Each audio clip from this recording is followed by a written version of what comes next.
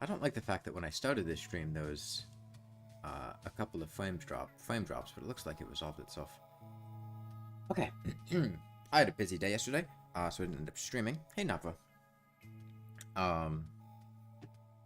And also, I think I figured out what was causing the crash where the game just freezes and does not respond. And that's, if I have a power fluctuation, basically I lose power, in the middle of the night, whether it be a flicker or a full power loss. When I wake my PC back up, Terraria won't properly restart, and it won't be responsive. I'm doing alright. Spent a bunch of time yesterday. I'd gone to a reptile expo. Very fun event. Just a bunch of reptiles. You swear you recommended this challenge during Copper Short Sword only? I don't know. I mean, people have said to do it before. It's entirely possible you did. It's not like a very original idea. I don't know. People have been telling me to do this for months.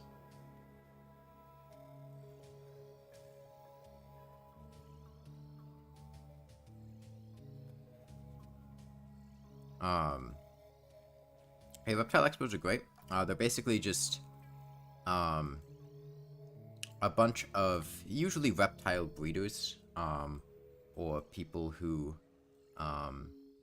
sell reptiles, but also just some reptile enthusiasts, people who sell reptile supplies, or reptile themed things. There's really a convention for that. And there's a bunch of reptiles for sale and reptile supplies and things.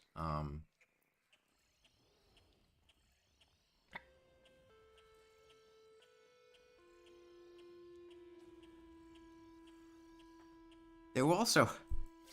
One thing that still is just a wild idea to me is there was this one person who I think bred mice. And they had mice for sale. And I'm pretty sure the mice were sold with the intention of being, you know, feeders for snakes. And you could just buy a mouse for 80 cents. They just had a sign that said mice 80 cents. You just go there, you pick up, you buy a live mouse for 80 cents.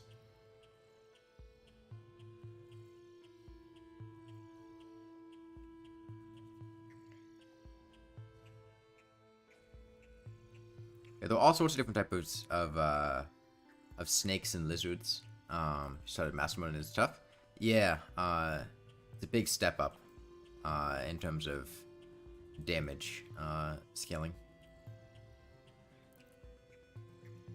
Yeah, so as you might expect, a lot of the reptiles for sale were just various ball python morphs because holy shit, ball pythons are incredibly popular.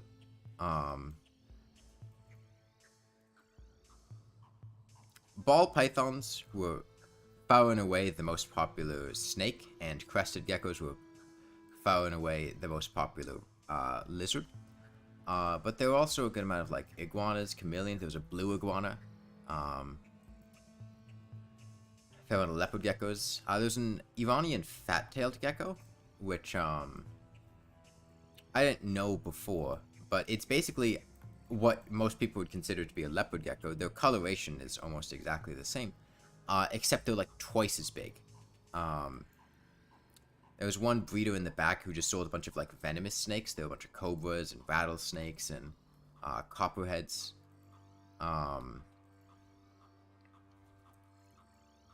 There weren't really that many arthropods and insects. A lot of tarantulas, isopods. Barely any millipedes and no centipedes, unfortunately, so we didn't end up getting any millipedes. I did get some more isopods, and I made a new isopod colony.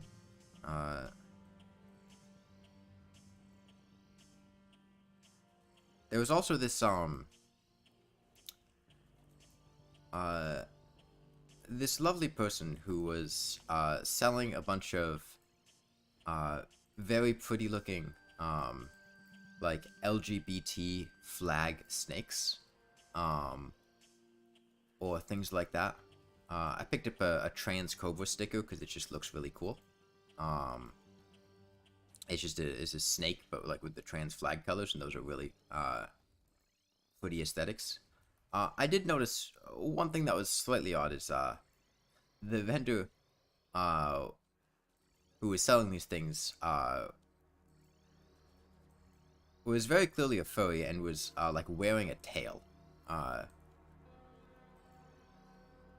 which I was not expecting. And yeah, as alluded to earlier, I did lose power before this stream. And the game was not responsive when I woke my PC back up, so I had to get back to where we were, and I think, again, I was 1 HP off. I think instead of 164981, I was at 164980.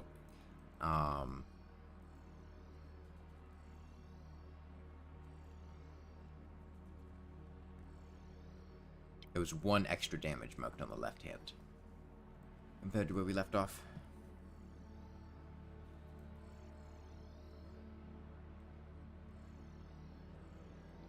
Let me do something real quick. Let's put something in streaming announcements. There we go. I had the message all copied out, but I forgot to actually hit send. Just too busy thinking about the bandwidth. Yeah, right now my sister and I are working on you know, we live in a very hurricane-prone area, and storm season's coming up, so preparations for disasters or prolonged periods of power loss.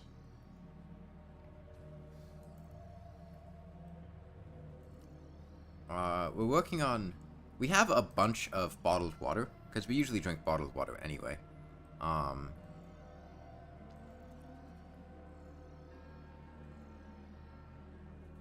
And right now we're thinking of things to buy as far as like food or supplies or stuff like that. In case, like, you know, a really bad storm hits and we lose power for like week and a half, something like that.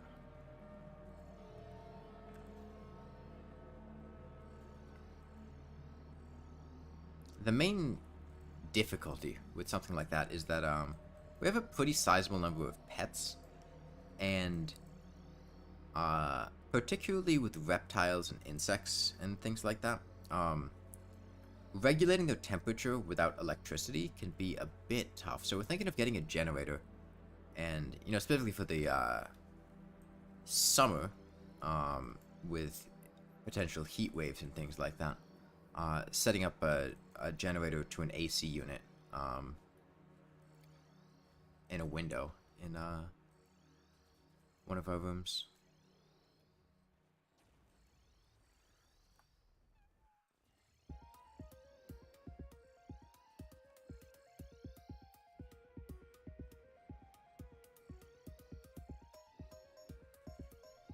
As cooling packs also a thing. Pick up some of those.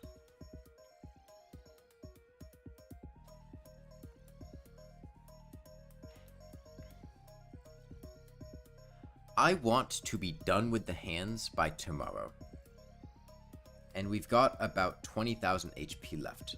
So we're going to be looking at dealing about 10,000 damage per day to the hands.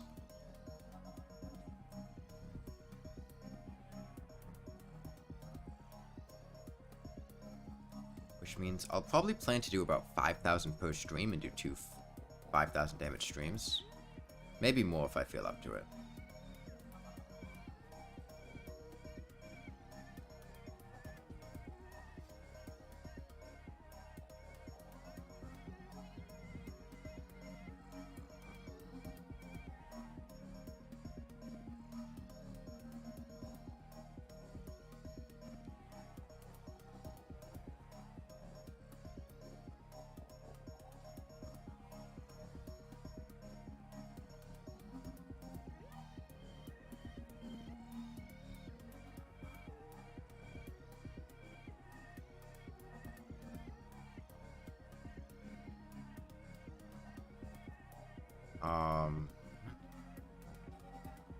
You've been called a little bit ago. You're getting in a fight again?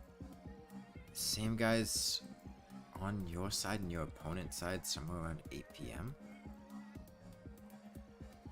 What? Like, you're going to fight somebody in real life? And it's scheduled for 8 p.m.? Is that... is this, like...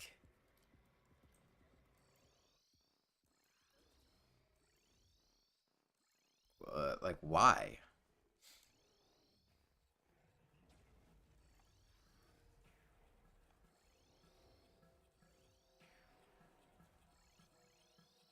Just defeated half the brain's health bar 2 days ago and got molten gear? Nice.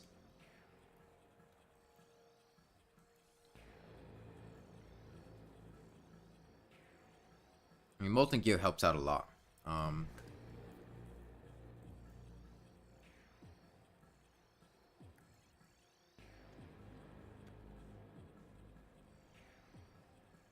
You could get the pre-Skeletron Knight's Edge now.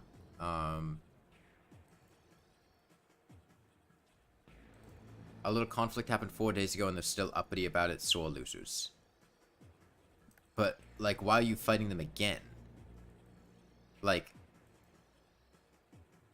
presumably, if you're scheduling a fight, then both sides want to fight, right?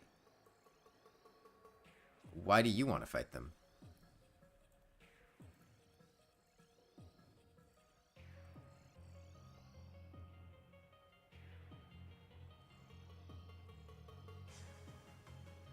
I don't know. I struggle to think of any situation where I'd, like, go fight somebody.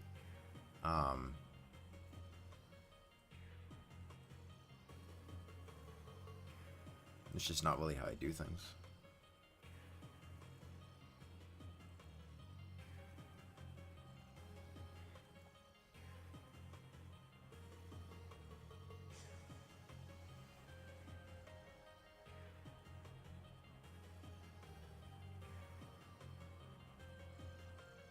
They wanted to, and you'll do it. You're tired of them. You just want to get it over with.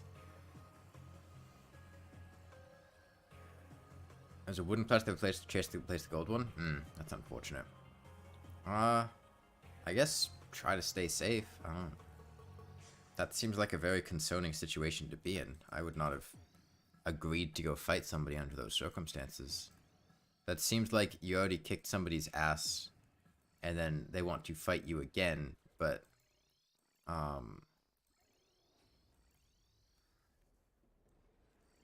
don't know. Situations like that could very easily be situations that evolve to people getting seriously injured.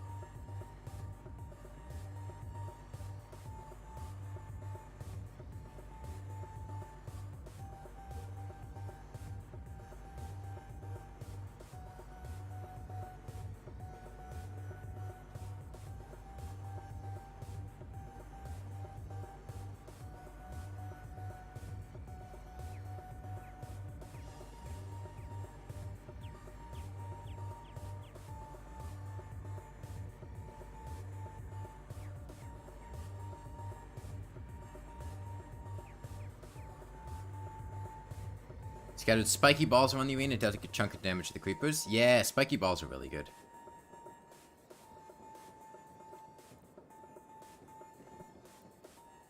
Difficulty you on? Are you asking me or Adam?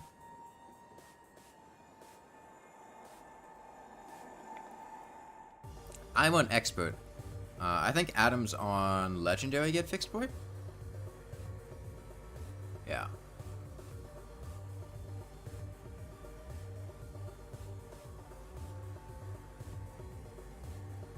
I got a bunch of plants yesterday at the Reptile Expo. That was the main thing that I bought. I spent probably like $60 or $70 on plants. Um, just a bunch of tropical plants that I want to put in my Gecko's vivarium to revamp it.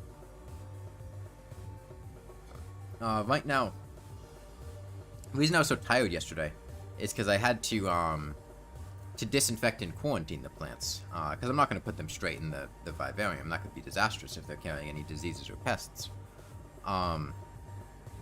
So I gave them a full wash off outside with a hose, and then made a 5% bleach, 95% water solution, and then soaked them in that for about a minute or two, and then repotted them with sterilized soil, and put them in an isolated area.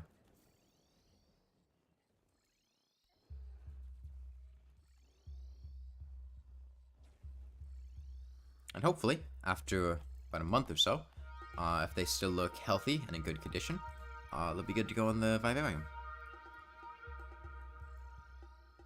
And I'll need to leave that for a little while to make it get situated.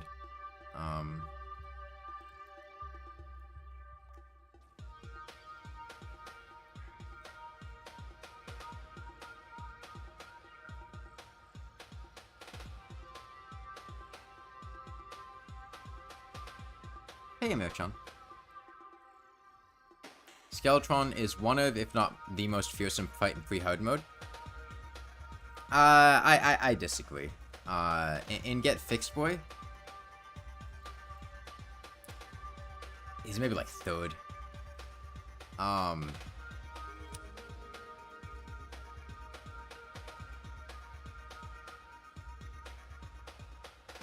it's not that Skeletron is easy, it's just that Get Fixed Boy has some bullshit boss fights. I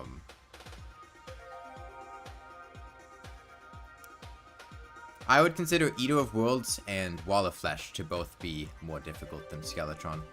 And I'd be much less comfortable fighting either of them than fighting Skeletron.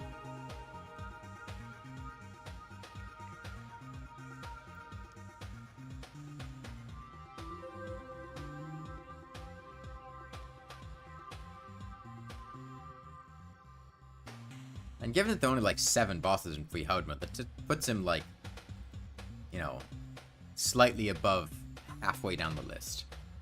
Is the amount of time it takes to become Moonlord? Yes. I hope to be done with his hands tomorrow, but this is going to be very long. It's possible maybe by the end of the week we could be done.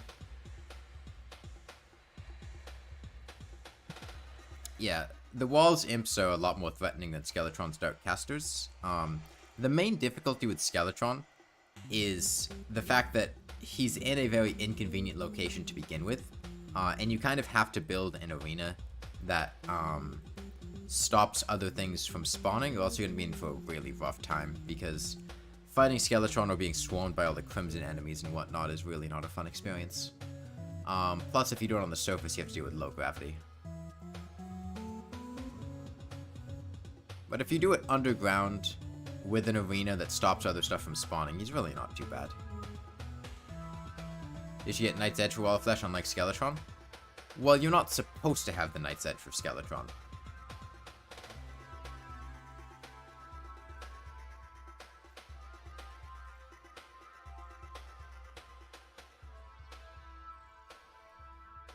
Generally, for Skeletron, as melee, your best bet is going to be probably like the Hive 5.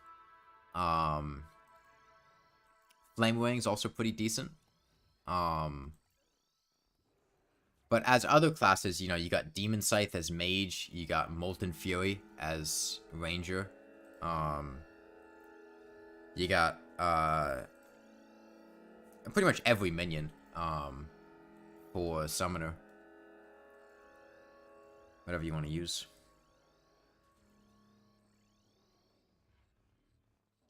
I usually Molten Fury Skeletron. Molten Fury is quite effective.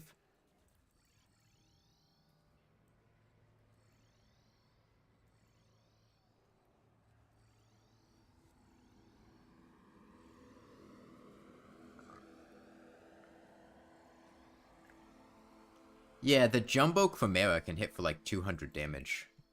On Legendary mode.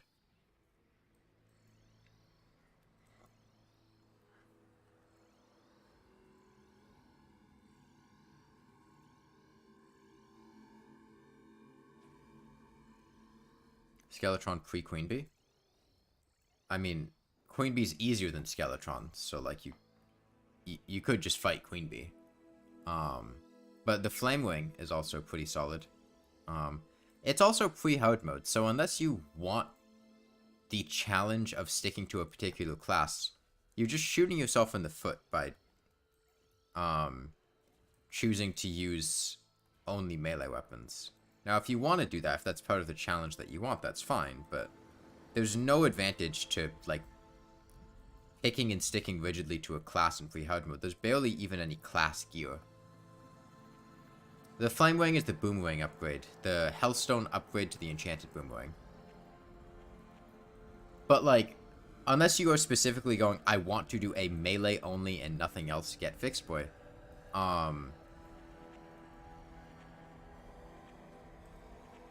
like, there's not really gear. Queen Bee's easier than Skeletron? I think she is.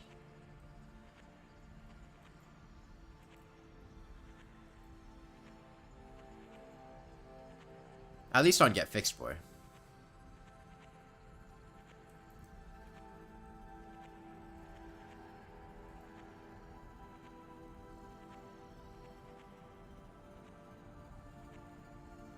As you want to challenge Enraged Queen Bee. If you're playing melee, you can very easily get enough defense to tank an Enraged Queen Bee. Well, tank the bees from an Enraged Queen Bee. What's the biggest pain in the ass crafting tree other than the Zenith? The Zenith is not even the biggest pain in the ass crafting tree. I feel like Cell Phone would take the cake on that one. Or rather, Shell Phone.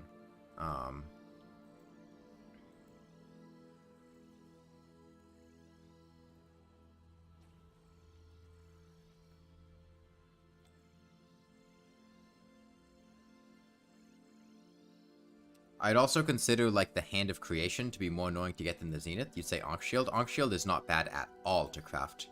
I completely disagree, though. One thing to keep in mind, Nabra, is that every single one of the Ankh Shield components can be shimmered into its counterpart. So if you need a, reflective shades from a Medusa, you can just shimmer a blindfold. Can you take out Enraged Plantera or Duke Fishron?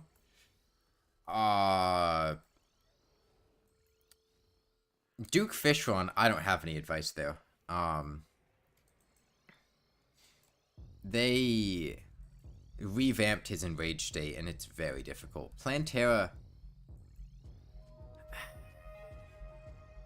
You just need to be fast. If you kite her over the surface... moving at a high speed. I think that's decently reasonable. Not for Queen Bee pre 1.4.4. I am confused as to what we're talking about. I wasn't following the conversation there. Hey, Sharktails.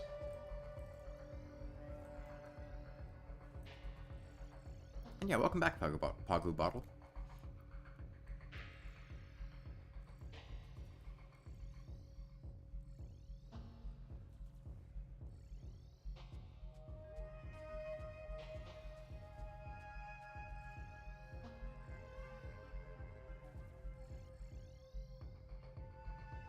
It's pretty easy to use other weapons. Yeah. Well, I mean, like, the Ankh Shield really is not difficult to craft.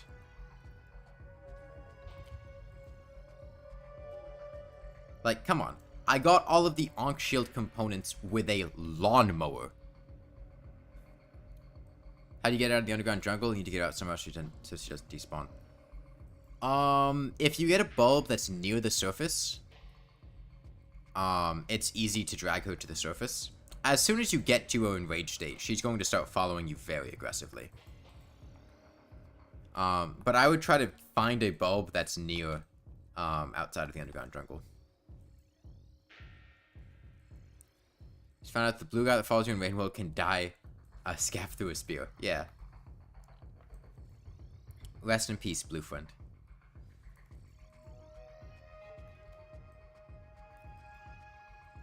So, what have you done so far in Rainworld, Sharktails? Where are you right now?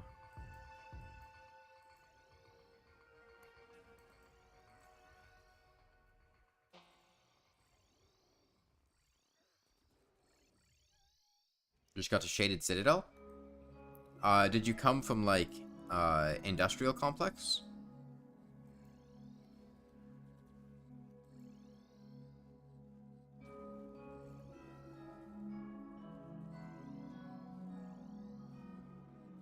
From Shoreline. Ah, okay. Have you found anything, like, interesting or cool in the world yet? The challenge I gave you was, it was no crafting Poké Bottle.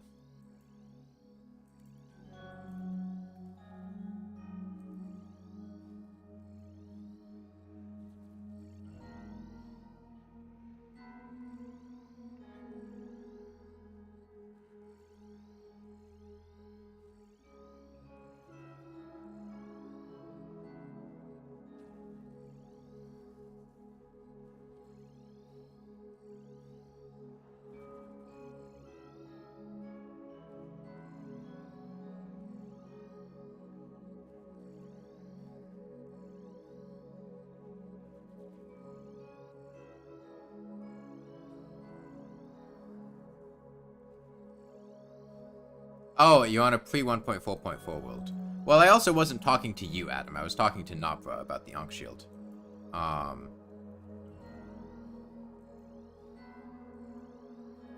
But I get what you're saying. Ah, the blue guy with the metal arm, yeah.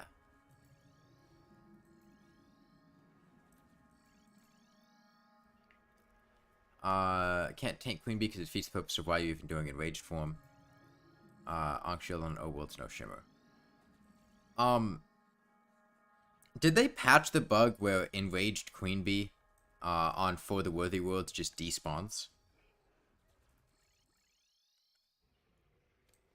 Because that used to be a thing.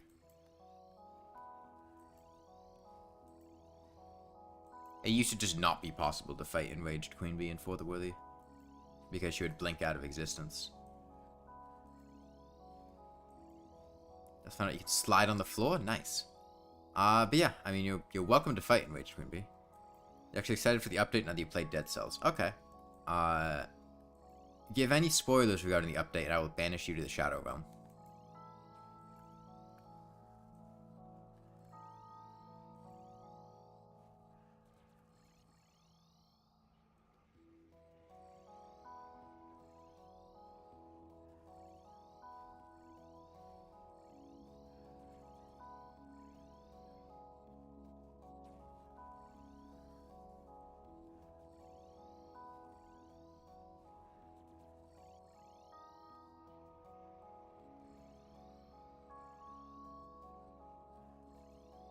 Not that evil. It's not about being evil, it's about not thinking before you open your mouth, which is a shockingly common occurrence when it comes to spoilers.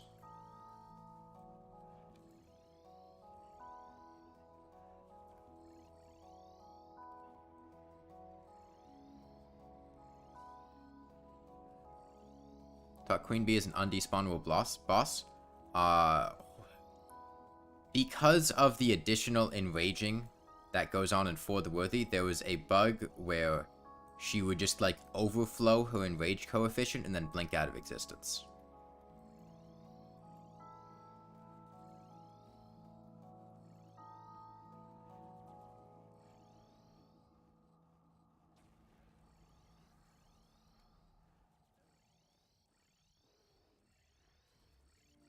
But I have not fought an enraged Queen Bee since 1.4.3, so I don't know if it's been patched or not. But I know it used to be a thing, and it used to just not be possible to fight enraged Queen Bee in For the Worthy.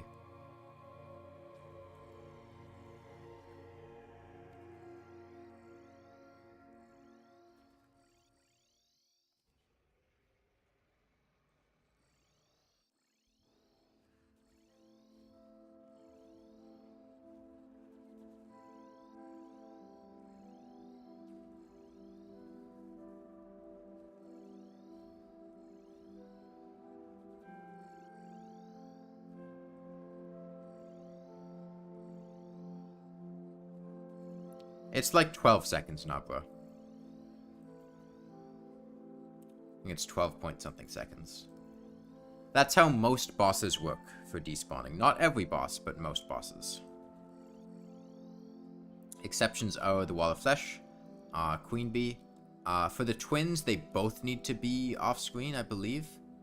I don't know if you can still despawn one and not the other. The Moonlord can't despawn. The Destroyer doesn't despawn. I think that's all the exceptions.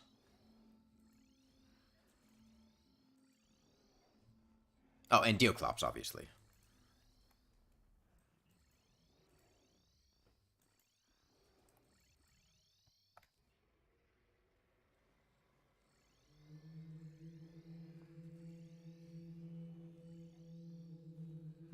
So it used to be possible, but I don't know if it is anymore, where you could despawn one of the twins when both twins were alive and then only fight one twin. However, I believe, I don't think that works anymore. I'm not positive. But, if one of the twins despawns when both of them are alive, then if you were to kill the last twin,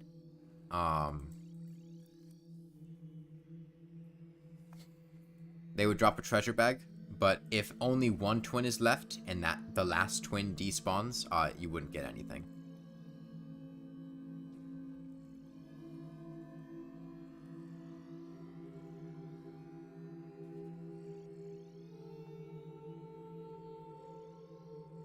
The check is basically, did you deplete their health bar to 0, or did their health bar go to 0, or did their health bar disappear because they despawned? If you depleted their health bar to 0, they will drop a treasure bag. If it disappeared because they despawned, they won't.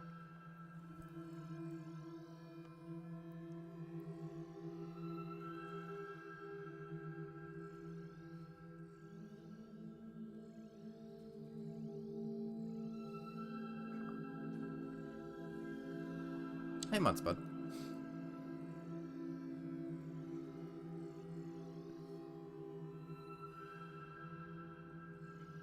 Currently playing For the Worthy Siege, you're not worthy of get fixed. Well, you defeated the Eye of Cthulhu, can you give some advice on how to get through?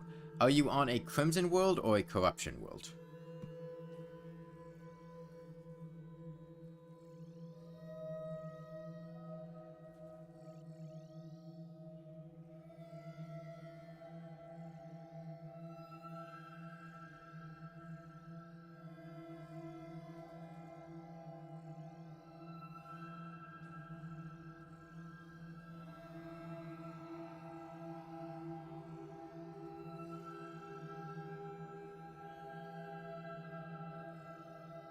Crimson? Okay, that's good because Crimson is a lot easier than Corruption and For the Worthy.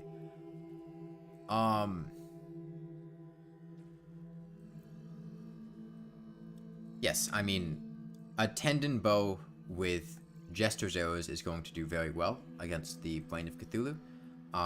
Dynamite can also do very well against the Creepers, blowing them up. However, as general advice, I would suggest prioritizing defense and sustainability and not damage. For the Brain of Cthulhu, I would recommend a Panic Necklace, and I would recommend building an arena on the surface and then making a roof to the arena, because the Brain of Cthulhu will flip gravity when it gets to its second phase, and you're going to have to fight upside down. So you're going to want to have a roof that you can walk on, otherwise you're going to just go to the... fly into the sky, and then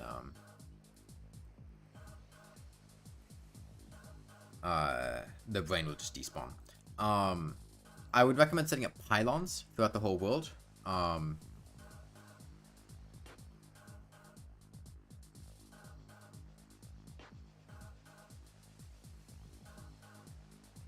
And for the Brain, what I would use, personally, is a Tendon Bow with Jester's Arrows, followed by something that can keep it stun locked. The Mini Shark is very good at that, but you'll want to make sure you have armor penetration through a Shark Tooth Necklace. Otherwise, its damage is going to be pitiful, and you're also going to want to have silver bullets. And even then, the damage will be kind of mediocre. Able to route large rectangle underground. Okay, that'll probably work fine then.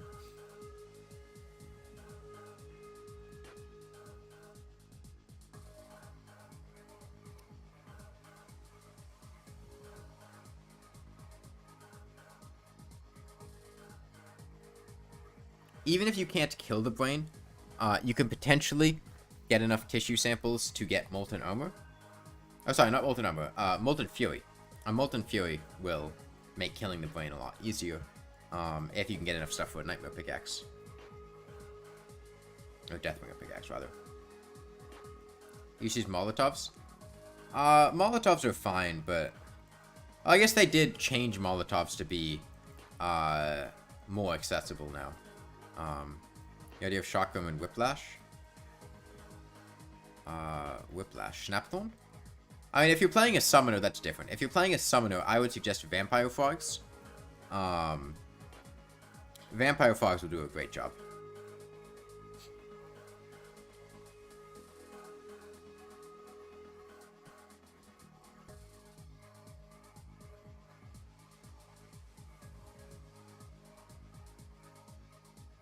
And Whips will do a good job with keeping track of the brain during its second phase, because you target it.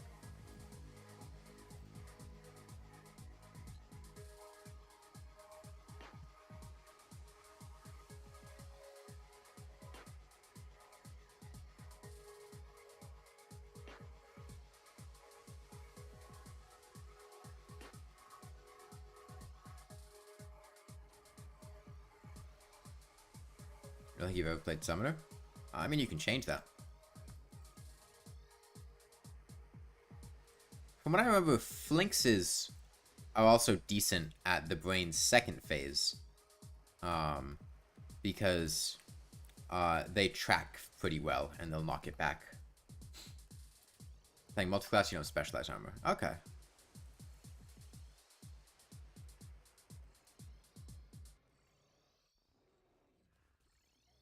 Hardcore get fixed boy is a pain. It is, yeah. Mostly just because the world terrain is pretty miserable.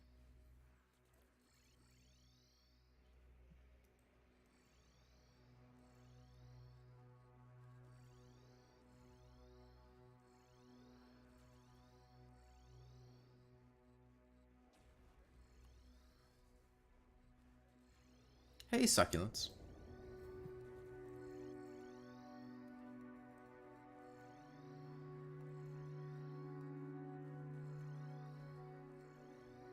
Crispy honey blocks and shit. Honestly, the crispy honey blocks are like one of the least of your concerns.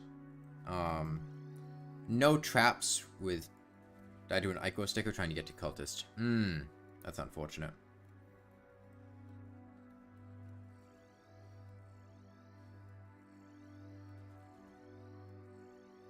Yeah, Ichor stickers on the surface and get Fixed Boy are brutal.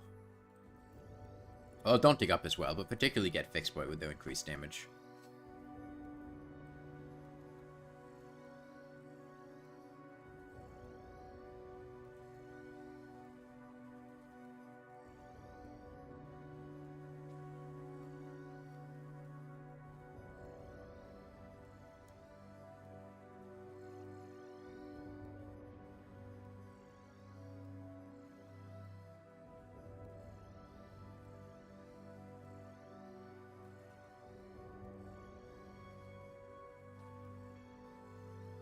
Hold on, some messages on Discord.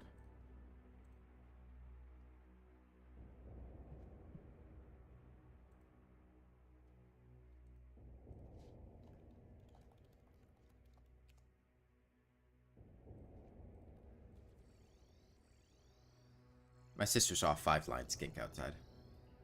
You haven't even done Hardcore once? I mean, yeah, you definitely should not try Hardcore get fixed boy unless you're really familiar with Hardcore. You should have gotten Beetle Armor. You didn't get Beetle Armor? What were you using then?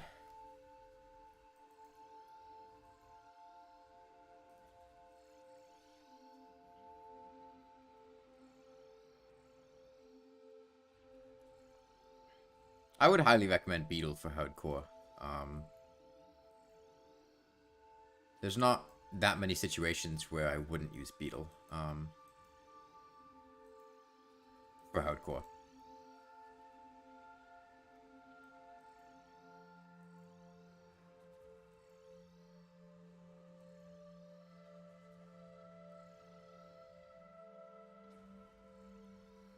That's your number. You just stick with hollowed. Yeah, I don't think that's a good decision. Especially because they've nerfed hollowed armor several times. Like, hollowed armor is considerably worse than it was pre 1.4.4.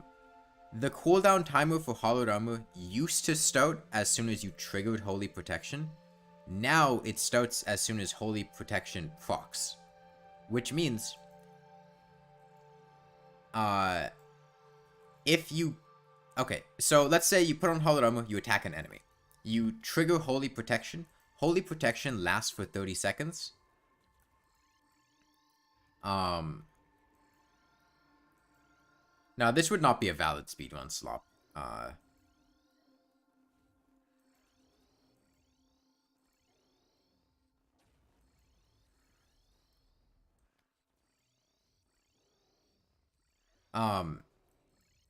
But yeah, Holy Protection used to proc, you'd activate Holy Protection, and then you'd have 30 seconds, and the next time you get hit in that 30 seconds, you'd have a guaranteed dodge. And, the cooldown would end 30 seconds after it was initially triggered. So, if you got hit,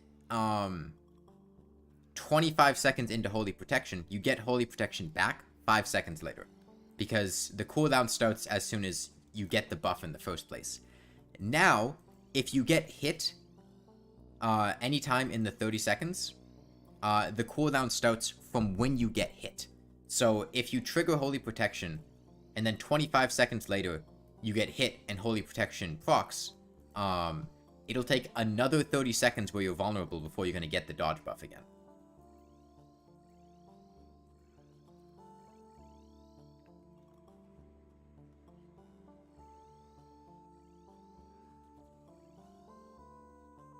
It was nerfed to prevent invincibility machines? No. I don't really see how that has anything to do with invincibility machines. You can make invincibility machines very easily. None of them involve hollowed armor. To my knowledge.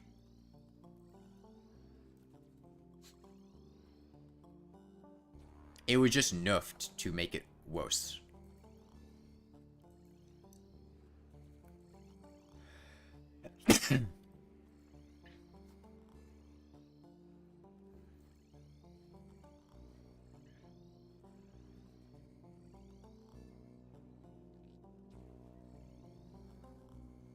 You know, let's play with one of your friends.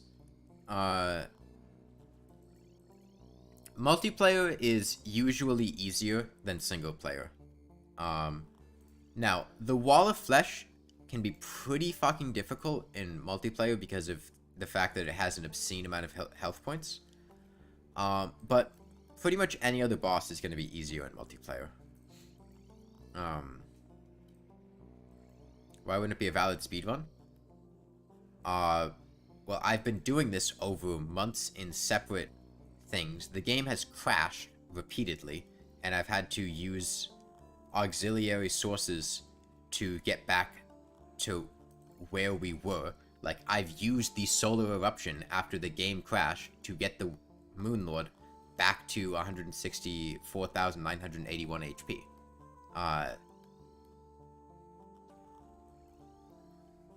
Not to mention the fact that I've used assorted journey mode powers just randomly, but not in a way that makes any rhyme or reason.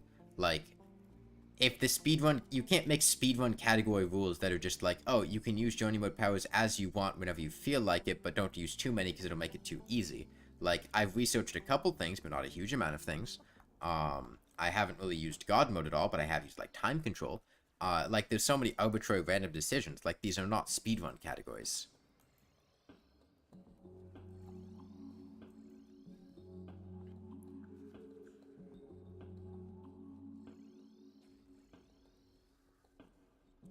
Yes, that can be an issue. I am the only person that did it. That doesn't make it a speedrun. Like, it's just not every challenge needs to be a speedrun. In fact, the vast majority of challenges should not be speedruns. They're not the same thing. There's no timer, there's no time stress. I'm not trying to go quickly at all. It would still count for journey mode? Yes, but by that logic, if it was just journey mode, you could just turn on God mode and do it. Which obviously would be drastically faster. The Moonlord can't even heal if you're in God mode. Because it cures your debuffs automatically. So you never get the debuff. Like, it's not... This is not a speedrun. I think counting this as a speedrun would just be absurd. Or trying to make a category off of it. Just because something is a challenge doesn't mean it should be considered a speedrun. God mode is not allowed in speedruns. I have most certainly seen speedruns using God mode.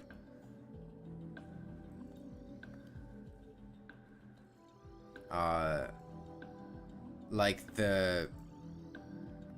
I know there was a, like, 5-minute speedrun or something, that just used all the busted journey mode powers and duped bees back in early 1.4.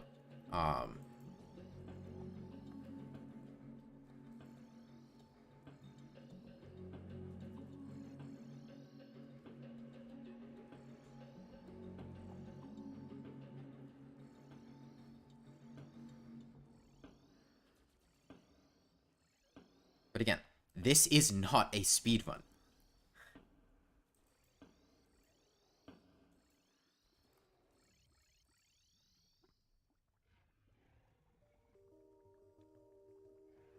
I think, if anything, counting it as a speedrun is just reductive to what it actually is.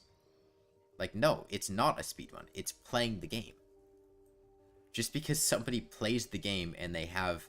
I can look at the screen and go, oh, I beat it in 210 hours does not make it a speedrun.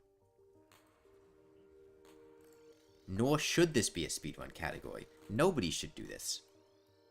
And if you're the only entry in a category, it's really not a category. Just making up a category to say you have the world record speedrun in is ridiculous.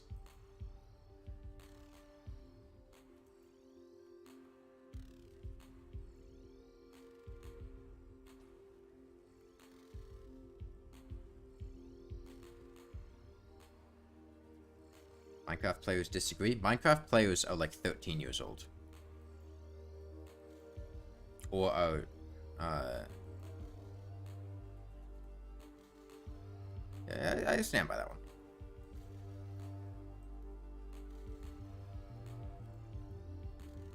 $100 speedruns? I don't consider that a speedrun. Like... I'm sorry, if you're, like... taking dozens or hundreds of hours to do something, it's really not a speedrun.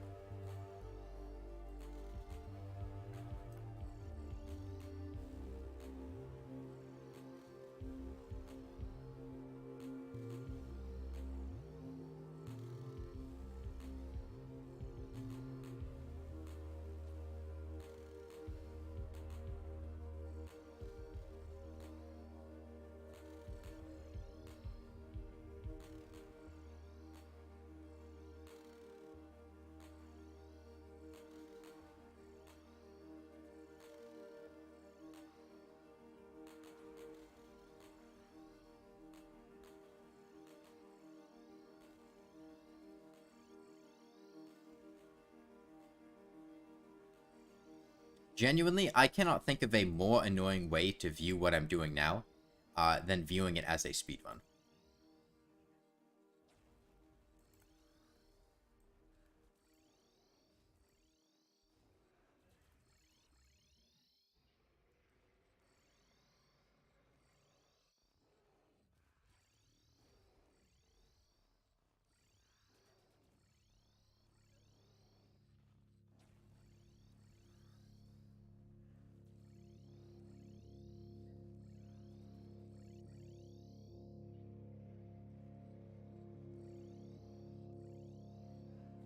Damage goal? 160,000 at least, if I feel up to it, more than that. I want to finish the hands tomorrow, which means I need to do 10,000 damage today and tomorrow. And we started at 165,000. And if I do 2 streams of 5,000 damage each... Hey, Heldenar player.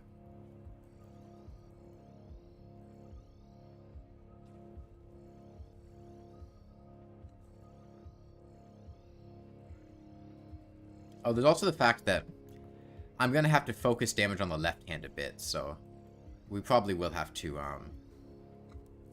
do a bit more than our current pace. What about viewing it as a scam because teleporters are used? Why would that be a scam? What?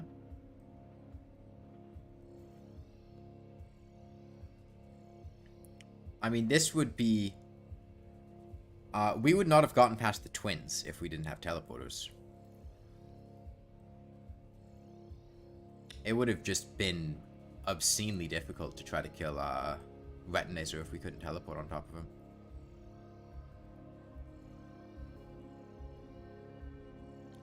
I could see it as possible, but it would be way slower.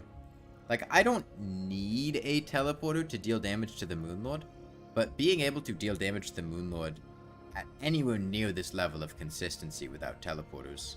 Lawnmower only? Yeah, guess what? I'm also using Armor. Armor is not a lawnmower. A shiny stone is not a lawnmower. It means the weapon that I'm dealing damage with, not the tools or items that I use. You watch my videos in game Terraria? So cute. Thank you.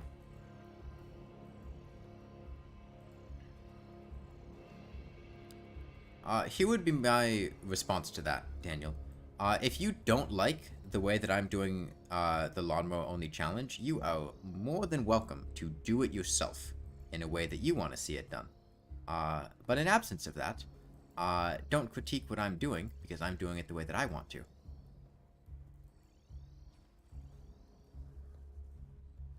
If you want it done right, go do it yourself.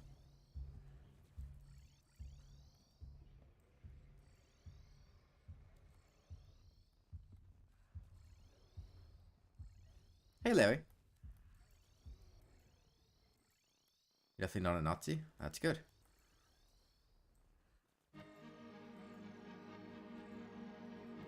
If you were, I'd probably just ban you on the spot.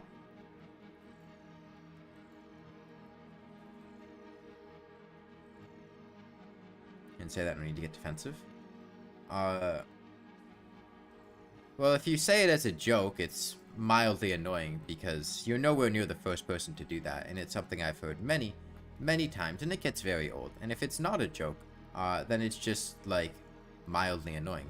So really, in either case, it's just kind of like, oh, okay,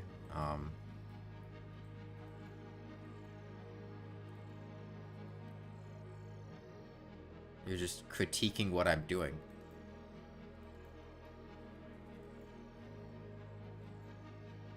That speedrun's more annoying? No, that's not, I would still considering this a speedrun to be more annoying than trying to critique what I'm doing.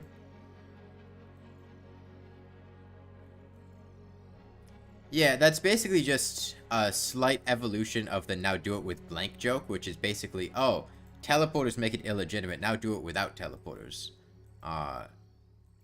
Which is a joke that I'll honestly probably just, like, ban after this stream. Or, sorry, after this, playthrough.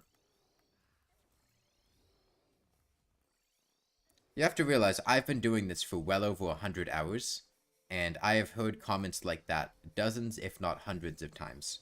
And so as a result, saying them is more than likely just going to be annoying due to the repetitive nature of them. Things like, now do it with X, it's not real because you're doing it with X, etc., etc.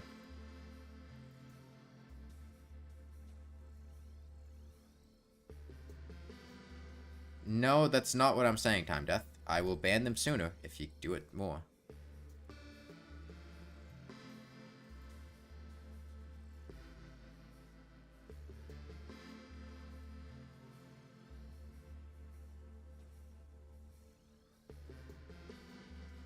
Did you hurt my feelings?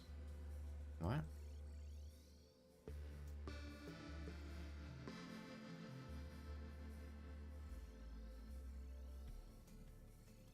Teleporters make it illegitimate, period. My response would be exactly the same. I don't care. Go do it yourself.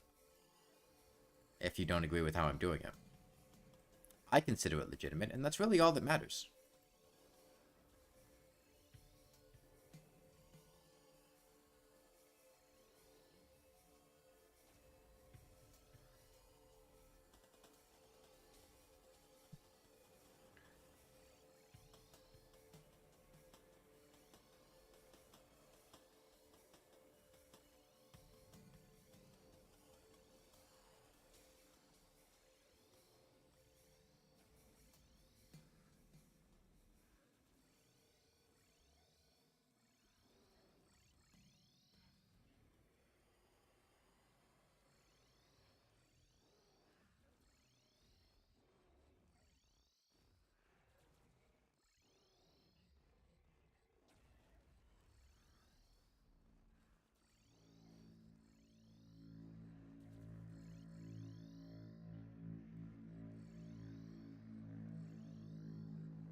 Why is the femboy part of the Discord talking about turtles? You're so confused on how it got to that point. Femboys are... Or turtles are a femboy-related topic.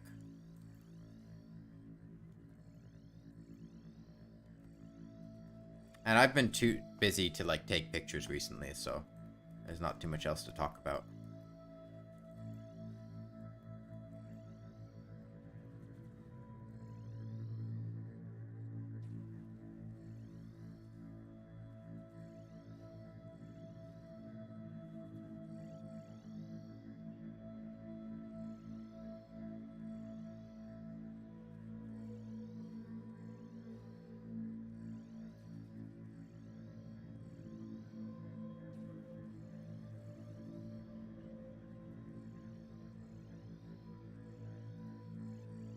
Yeah, so my sister and I got a stick bug at the Reptile Expo yesterday.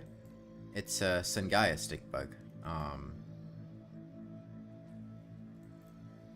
Because I had an extra 8x8x12 enclosure where we could keep one in, and she really liked it when we went there. And then immediately after that, we went to Home Depot and picked up like a rose bush and a blackberry bush, which have the leaves that they eat. We're working on getting the stick bug enclosure sorted out. Stick, not stink.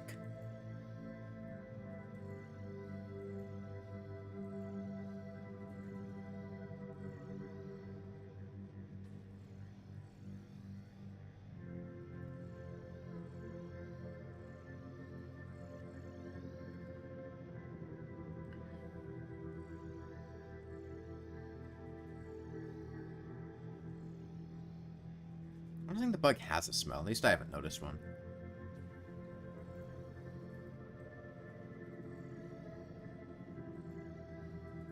Hold on. You also got legally married about a week ago. Any advice where you should buy your ring? You don't trust Amazon. Too much in fear of the packing being destroyed. I don't know, Time Death. I'm not married. I don't buy jewelry. I don't have advice on that. You also, I don't know what region you're in, but yeah, I don't have advice on where to buy your ring.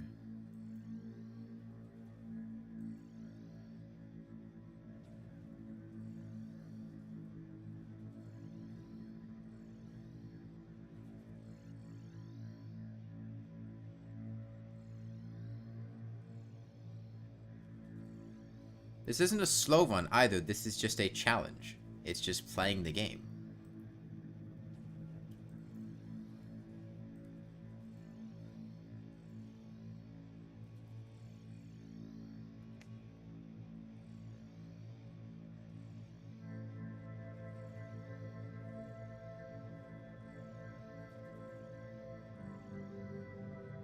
You don't have to categorize everything.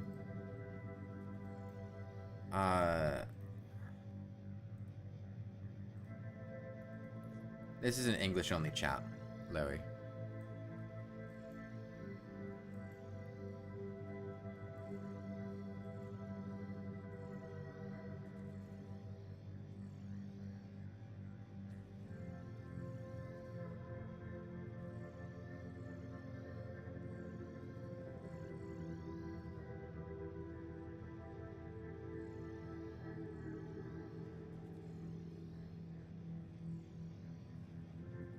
Hey, moth.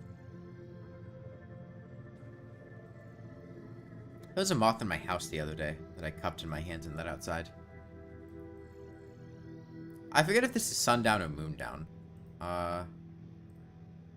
No, this is actually random fate, not sundown. This is, I think, Moon's, looks to the Moon's, downpour region song, the counterpart to Random Gods.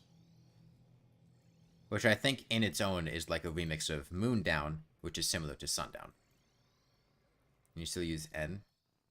I mean, that's fine. It's just... I don't want people saying things in languages I can't understand.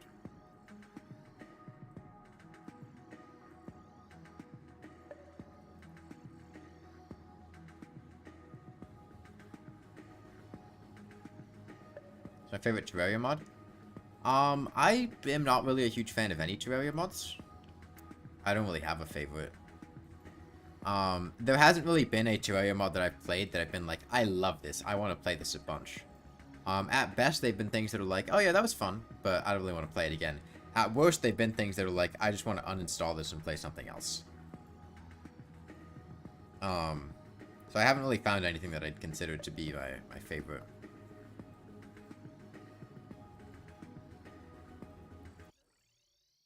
Change the flying donkey in the moon. YouTube paused my playlist for... Actually, no, it buffered. Okay, well... Hopefully it stops buffering. How long is this supposed to take? I don't know. Haven't figured it out yet. There we go.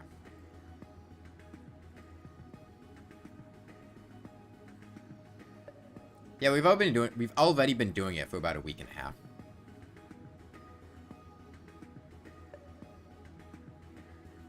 But I remain hopeful that our pace will increase after we kill the hands.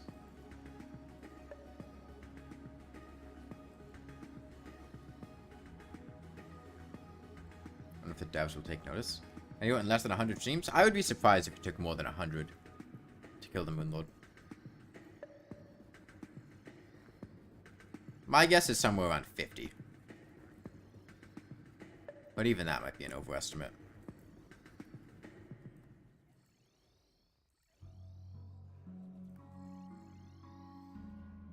Two months for the entire challenge? I doubt it. I doubt it'll even take 1 month.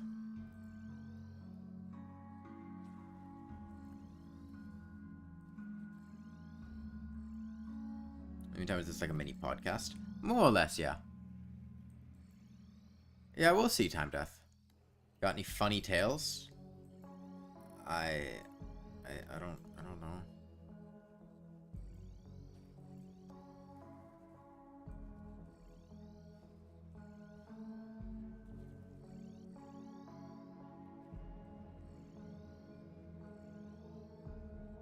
Can't think of any off the top of my head.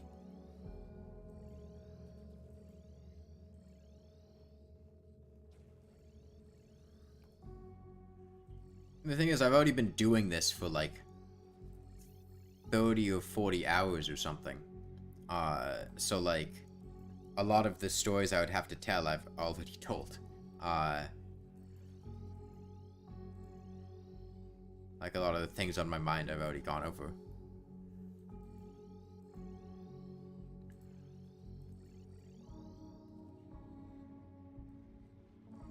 Although, I do have a pro tip. I think I mentioned this before, but Ben & Jerry's has a s'mores flavored ice cream. It's called Gimme S'more. Fantastic flavor. Would highly recommend. You don't even know the lawnmower did damage. Yeah, it does very, very little. And it's very, very annoying to get to deal damage. You tell a story then? You're welcome to.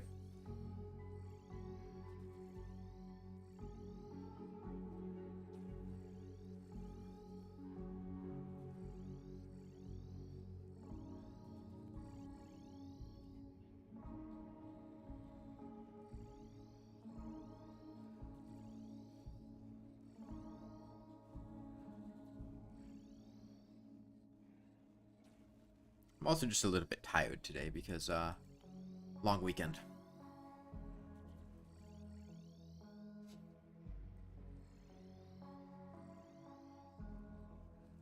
Oh, but what did happen at the Reptile Expo this weekend? So I went there with my two older sisters, both of whom are in their 20s. And they were in the front seat, I was in the back seat, and we roll up, to the parking lot at the convention center where the Reptile Expo is. And you have to pay for parking. It's $5. And there was a guy in a booth, at the entrance to the parking lot. Like, you give him the money to pay for parking, and then, apparently, he directs you to the correct parking lot, for the event that you're at. Because there were multiple events going on. And as we roll up, he looks my sister just straight in the face and asks in a flat voice, reptiles or basketball? And as soon as she responds back reptiles, he just quietly goes, oh, and then like sits there silently for a few seconds in like disbelief, and then gives us the like slip of paper for the parking pass for the Reptile Expo. He very clearly did not expect us to be going to the Reptile Expo, just two like 20-year-old girls when there's like basketball tournaments. America's weekends are like a day behind yours. Where are you? Like Asia? There's a quick one. One night you woke up to a guy staring you down through a window. That sounds concerning.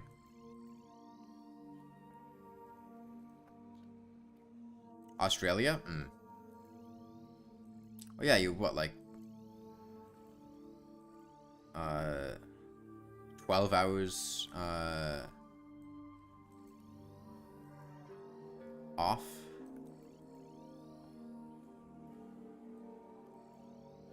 Thank you, your beloved Dumbface. What is that currency? MYO. I'm not familiar with that.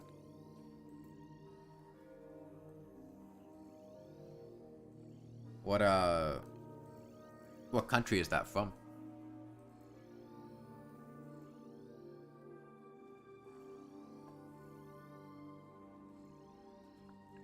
Malaysian ringgit, brother. Huh. Interesting. Well, thank you. Okay, that reminds me. I was talking about this with my sisters yesterday, but, I don't like having that many items. Like, I don't own that many things. I don't like the feeling of having a lot of just, like, clutter and stuff. So I get rid of stuff a lot. And I don't donate stuff that often. I usually end up just throwing stuff away. And it's weird because, like, donating, like, to charities or Goodwill or whatever, there are two reasons that I don't like doing it. The first is that, like, I recognize that a lot of the stuff I have is not something that, you know, people would want. Like, you know, old toys from when I was young that are, like, secondhand, not in that great condition. You know, books that are not really that popular or in high demand. You know, kind of ragged clothes with holes in them or whatever. Like, those aren't desirable hand-me-down items. And the second thing is that I feel like putting things to be donated oftentimes ends up in a situation where they don't actually end up getting donated or given away or sold or whatever, and they just kind of still end up lingering around the house in like a box or a bin or something like that. And usually when I go through and clean stuff, I just want things gone. Like when I moved out of my mom's house, I just took trash bags and threw away like 7 or 8 trash bags of stuff.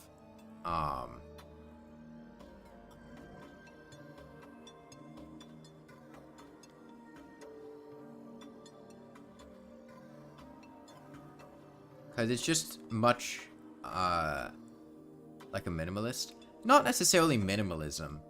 I just don't like having a lot of things.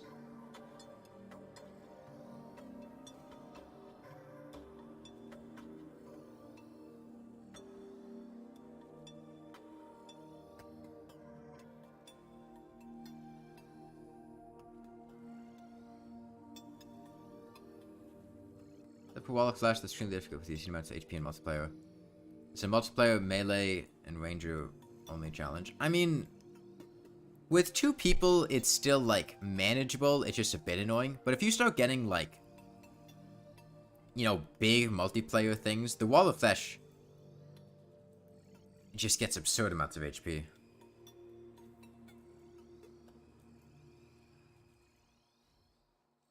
Yeah, I mean, it's doable. It's just going to be... I think it's more difficult in multiplayer than in single player. Especially because if you die during the wall of flesh, you usually can't get back in the fight very easily.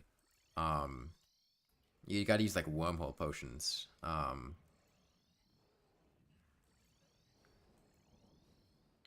Yeah, the wall is one of the few bosses where I think it's easier solo than in multiplayer.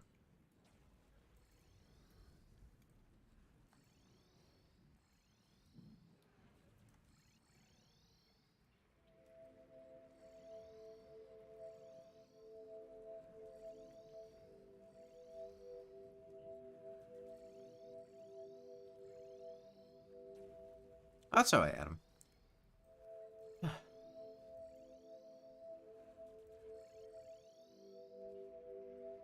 Yeah, I really only have maybe, like...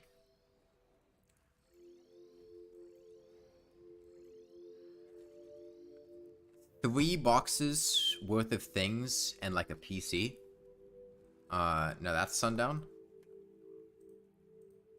Yes. Yeah. We started the Rainworld soundtrack, so now we're on Sundown.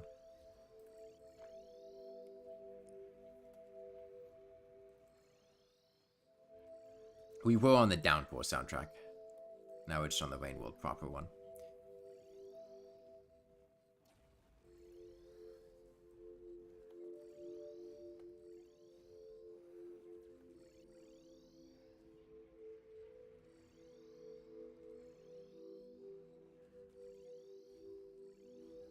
My favorite challenge that I've done?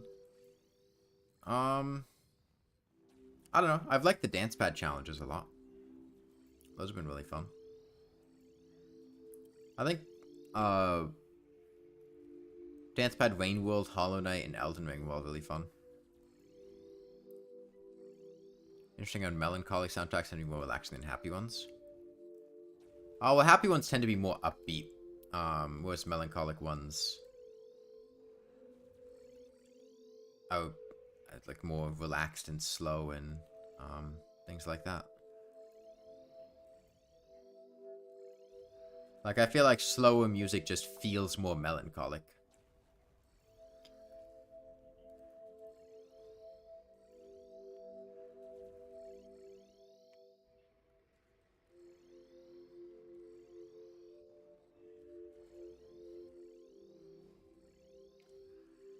I feel like calming happiness is like bittersweet happiness or like nostalgic. Like, I could see...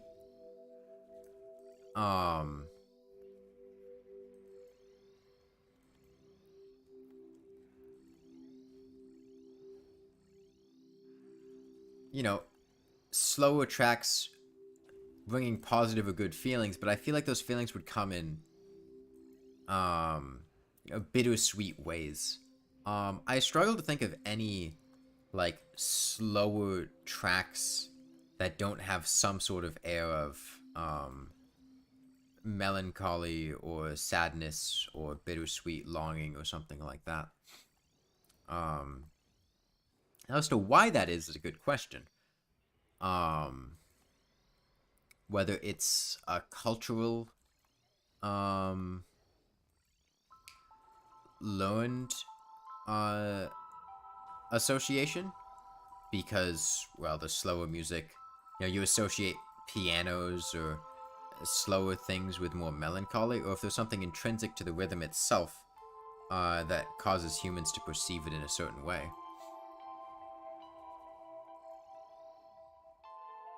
Like, is there something about slower rhythms that we, innately think to be less exciting? And I could see the inverse being true, that more intense rhythms, you know, cause a more,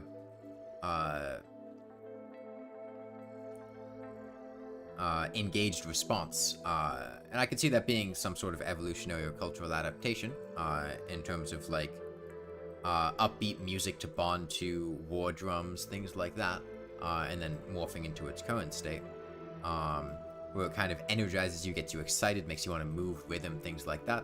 And that's not as present in the more slowed down, melancholic music. Talking to music students, tempo, key, and personal perception. Yeah, I'm thinking of the reasons why behind that, though.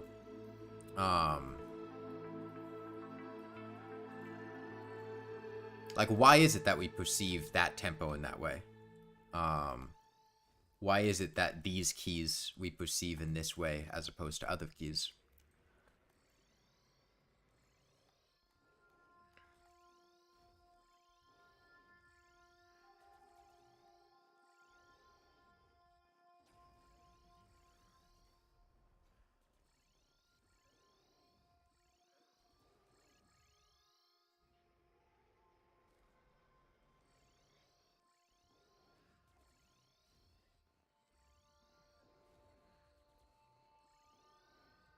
I don't know. I could see an argument being made for something akin to what I had said, where more upbeat music is more energizing, and a lot of what music was used for was like bonding, socialization, or like getting people, getting adrenaline and blood pumping in times of combat or stress or things like that. Uh, so I could see the lack of energization in those musics making it feel more melancholic or but as to why it's sad,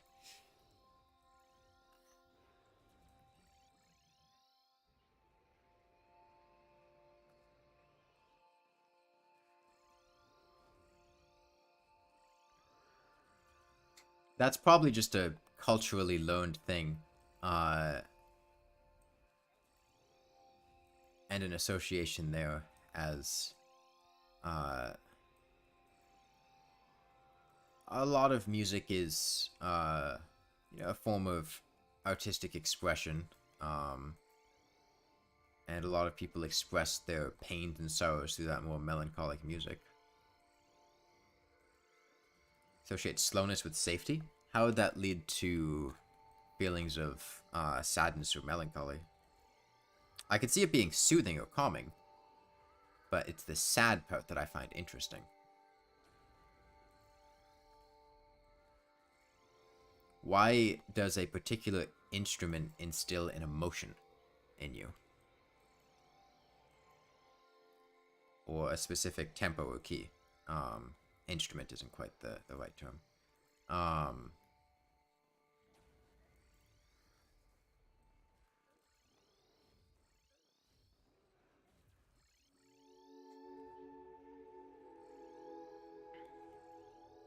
why do these notes make you feel, in the absence of images or any context,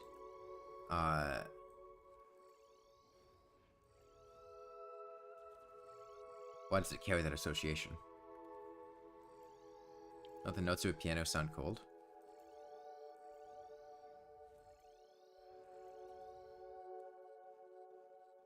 Yeah, I think piano music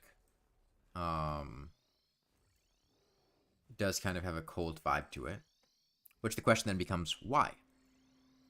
I don't have answers to these questions. At best, I can speculate on them, but I'm by no means a music student. Um, Mine was, and I know Nuzzle is also a music student. They might have better answers there, but even then, I'm not sure these are answers that exist.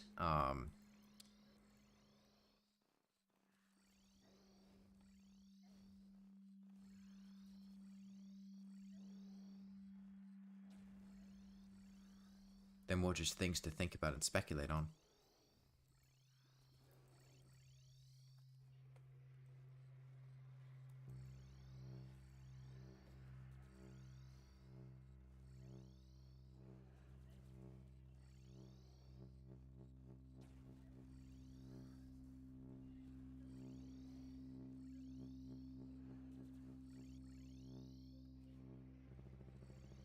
It's a similar thing to, like, why do certain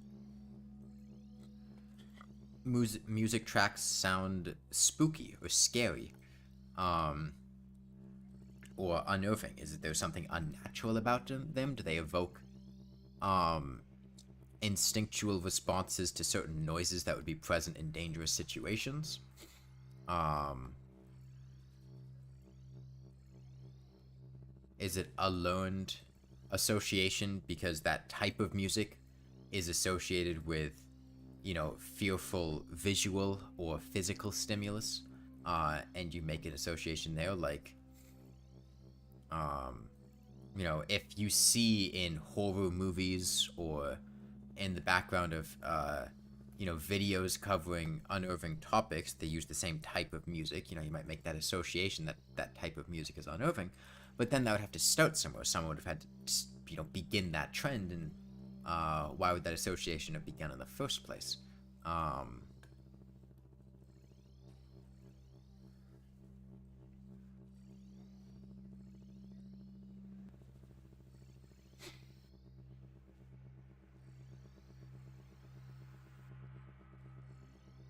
I do think the case for why music like this is energetic and, you know, excites your body a bit is easier to come up with answers for. I think music, you know, throughout large parts of humans' history, being used as a means of energizing socialization, and often being used in times of battle, and combat to get people's adrenaline pumping, release certain neurochemical molecules. Hey, Bismarck. Something like this is a lot more understandable as to why it's instills that kind of feeling, a rhythm in you that you want to move to, or that excites you.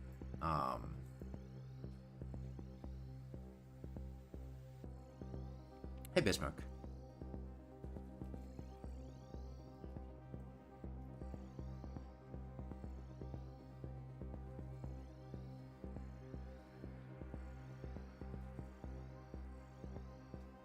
Bismarck, you did not respond to the video that I put in the pets channel. The punishment for that is death. You're baffled at how deep this is? How deep what is? Me talking about music? I just don't have much else to talk about. That's your favorite ship?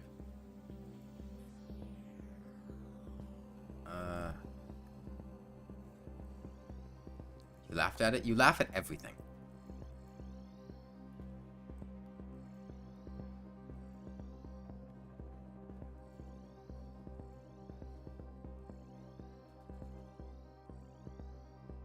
Bismarck, you laugh at me like judging you and talking down to you when you say something stupid. You probably laugh at like mac and chunny, chaw dog. That's not true, I don't do that. I've been in a voice call with you when you've done that.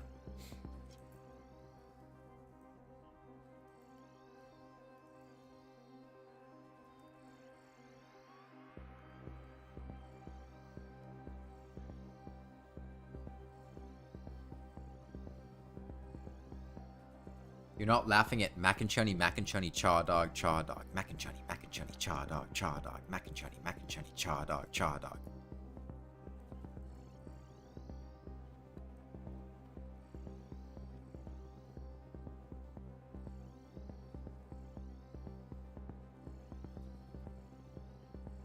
Mac and chunny, chaw dog, mac and chunny, chaw dog. Mac and chunny, chaw dog, mac and chunny, chaw dog.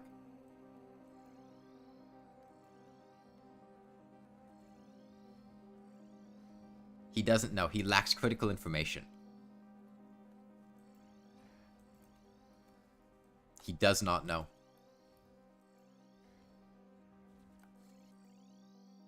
Dude, you are such a chaw dog.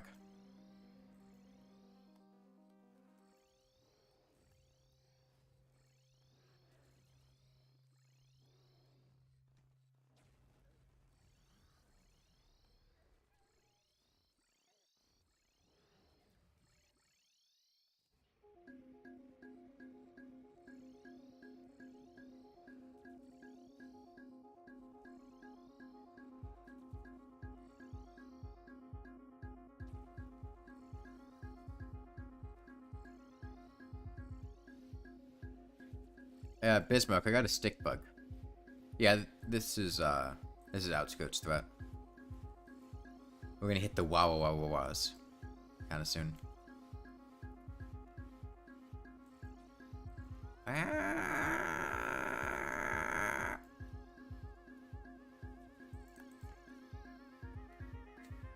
Was that lizard I put the hat on new, by the way? No, that's my gecko, Bismarck.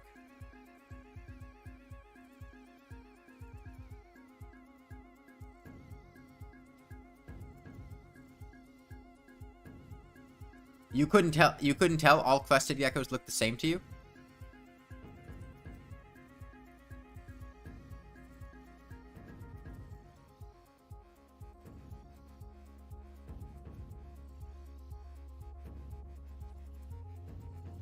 Bro, you don't even know the difference between a leopard gecko and a gargoyle gecko.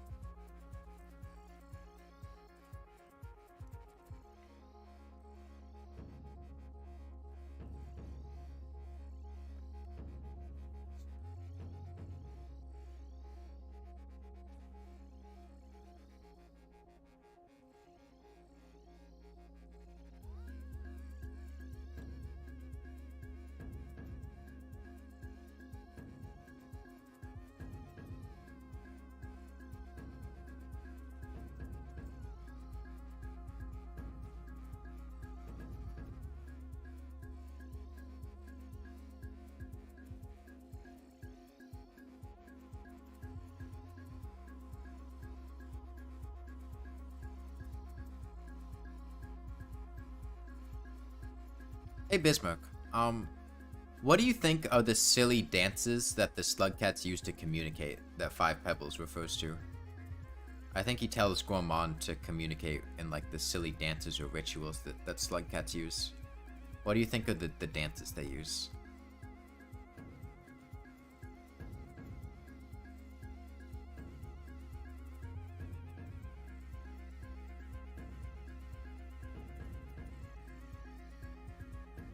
You know you don't remember seeing any? I am astounded that is your answer. You have seen multiple slugcat dances, and you can't name a single one?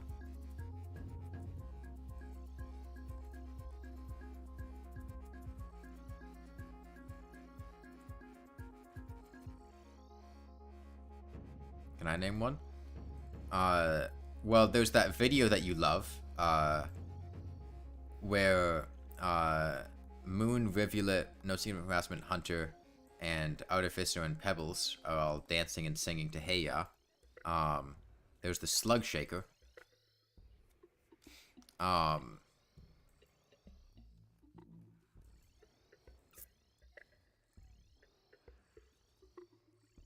love the Slug Shaker? Obviously not, because you don't even remember it. The Lizard Expo was really fun, Sharktails. It was a reptile expo, not a lizard expo. There were predominantly snakes there. There were an obscene amount of snakes. It was probably like 60-70% snakes. And of the snakes, probably like 40 or 50% were ball pythons. Ball pythons were really, really common. There were several vendors that just like only bred and sold ball pythons.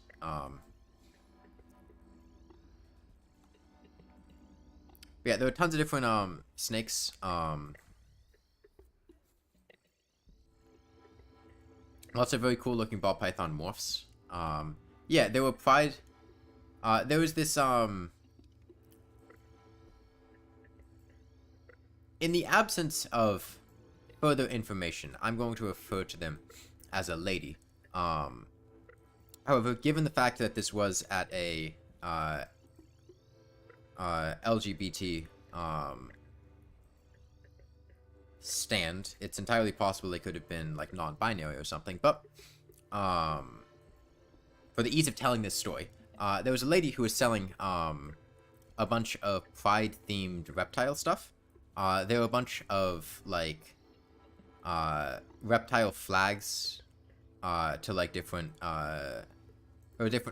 pride flags with different reptiles on them.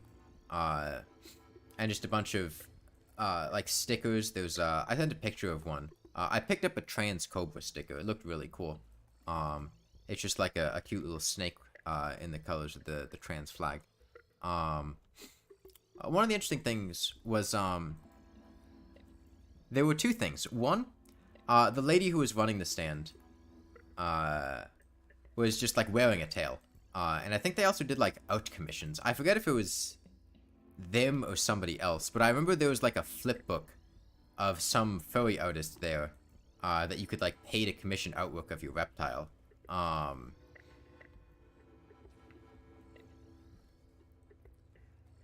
And the second thing is, when we were over there looking at this stuff, the lady like goes into her bag and just pulls out a big ass snake. And then we went and like walked around for like half an hour or 40 minutes looking at other stuff, and then I went back to buy the sticker, and she still had the snake around her shoulders. Yeah, it looked like a backpack at first. It might have been a carrier that just kind of looked like a backpack. Where was this and when will it happen again? Because you need to go to this place. Reptile expos are... I mean, they happen all over the place. At least in the US. A lot of major cities with convention centers will have reptile expos at different points in time. If you just search, you know, a major city near you,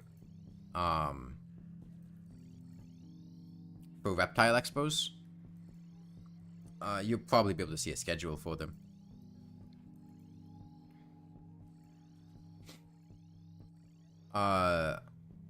There were a bunch of frogs. There were axolotls. A lot of axolotls, actually. There were like several different axolotl breeders. Now I don't have setups to keep, you know, all those with me. Like I don't have a tank. I can't get axolotls. You want to see a snake get pulled out of a bag by a lady with a tail? I was not expecting it. It took me by surprise. And then the snake started crawling on my sister and like wrapped around her arm.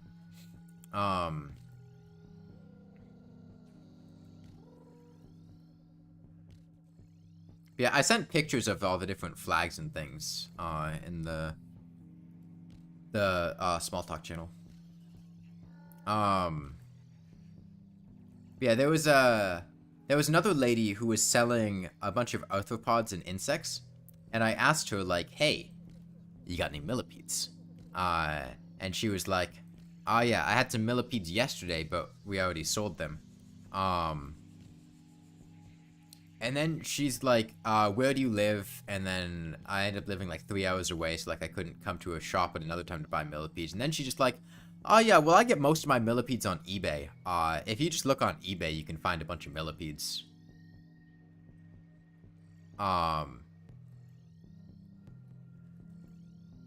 So apparently like the eBay millipede market is pretty cracked. Yeah, also the lady we got the stick bug from. So we basically walked around the whole place before we bought anything. And the stick bug, they were being sold by two people. I think it was like father and adult daughter. I'm not sure though. The guy who was very knowledgeable was an older guy. From what I could tell, did not speak a word of English. I think he spoke Spanish. And we were pretty much communicating with some woman who looked to be in like her 20s or 30s or something. And we would ask her a bunch of questions like, "Oh, how do you take care of a stick bug?" And then she'd go ask her dad in Spanish, get a response, and then translate it to English for us. So we sat there for probably like 5 minutes just like translating questions to ask to the guy that was knowledgeable about the stick bugs. About like, what do we have to do? And by the way, pro tips about stick bugs. 1. Stick bugs eat leaves, but you want to keep the leaves fresh. And they're kind of picky about their leaf types.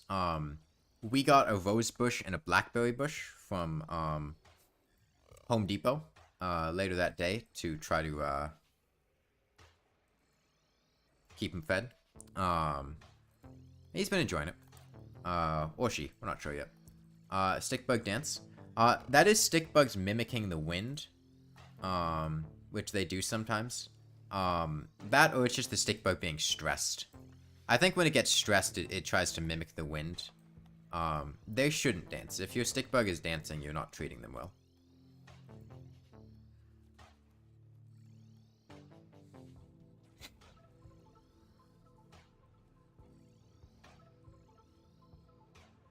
It's the same thing with, like, snakes playing dead or something. Like, if your animal is playing dead, they're not playing dead, they think you're going to kill them, and they're very stressed. You don't have a stick bug, you can have a stick bug? Yeah, you can just buy a stick bug. Well, obviously, you know, your local area might have laws in place, but, like, I can just buy a stick bug. I did buy a stick bug.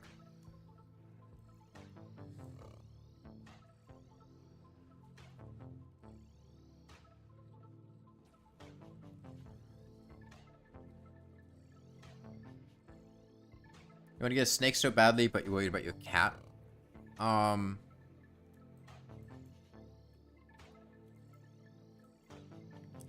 Do you have any rooms that your cat doesn't go in? Or, like, can you set up an area that your cat doesn't go in?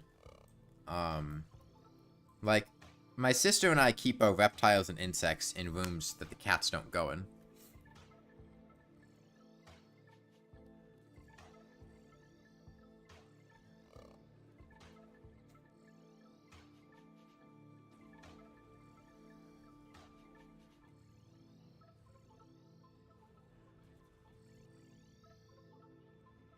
When you mates it a stick bug that's 5 inches long? Damn. I think the species of stick bug that we have, the gay one, only grows to, like, males only get like 2 inches, 2.5 inches long, and females get to like 3.3 inches long.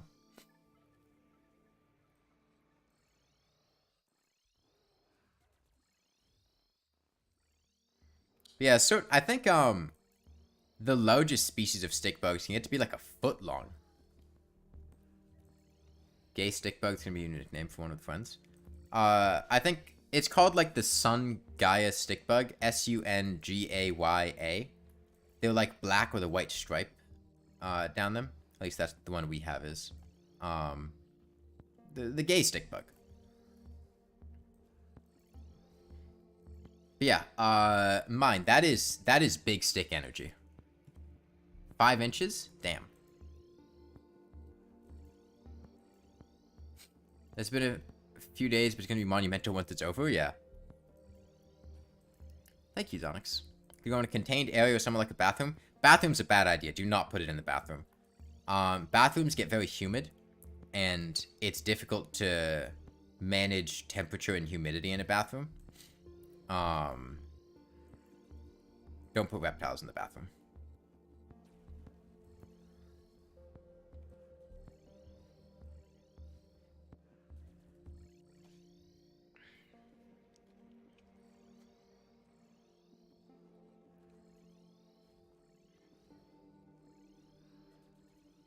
Let it out of the room and it's flying around chasing you. Oh, it's one with wings. The one that we have doesn't have wings. You should not, like, ever have just, like, cats or dogs out in the open with other reptiles out in the open. The snake might kill the kitten.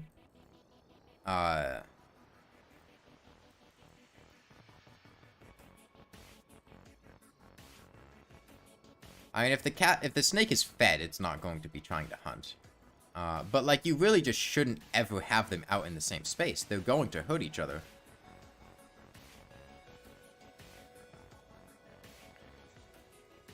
Snakes are also escape artists, and they are one of the more prone to escaping pets, especially if you don't have a very secure container. How am I gonna avoid lifesteal from the boss? I don't think it's gonna, it's how am I, since he's doing it right now. And the answer is teleporting. Yeah. I would be more concerned about the cat killing the snake than the snake killing the cat.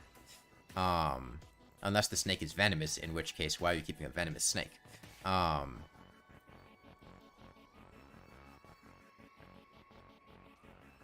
But no, in general, just keep them isolated and in separate areas.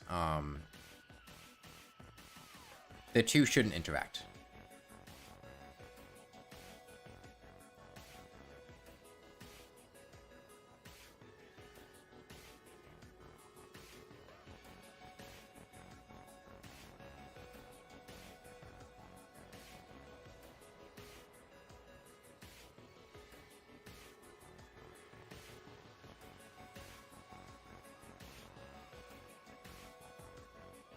Besides, your snake, 95% of the time, all that your snake is going to want to do is just, like, sit in a dark, comfortable area.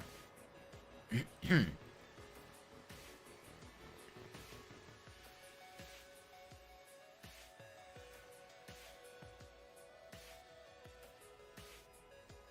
know, maybe if they're a basking species, they'll go bask. But, like, snakes basically just want, like, a rock to sleep in. Access to food and water. And a lack of dangers. Yeah, reptiles... reptiles are poikilotherms. And they generally survive by regulating their temperature from the environment around them and not expending energy, whereas, you know, warm-blooded mammals are able to regulate their temperature innately, and can do a lot more things actively, but as a result need to eat a lot more food. Reptiles eat a lot less food, and just don't burn energy, because they don't have to regulate their own body temperature, and they generally just kind of sit there and don't do anything. They're ambush predators, and they don't like doing things.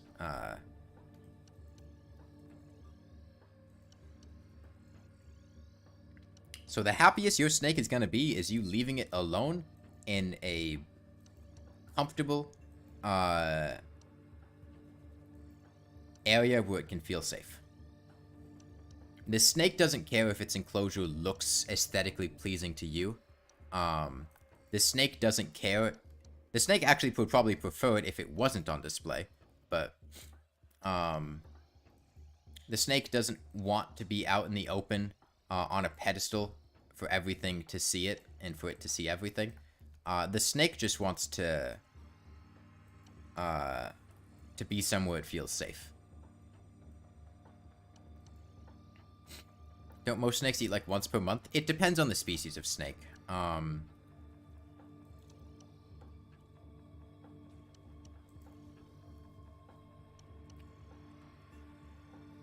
I would not feed snakes once per month unless it was a particular species that really only ate that much. I think usually you feed snakes on like weekly, sometimes multiple. It also depends. Snakes can go a long time without eating, but that doesn't mean they should go a long time without eating. I think you usually feed snakes like weekly or bi-weekly or something.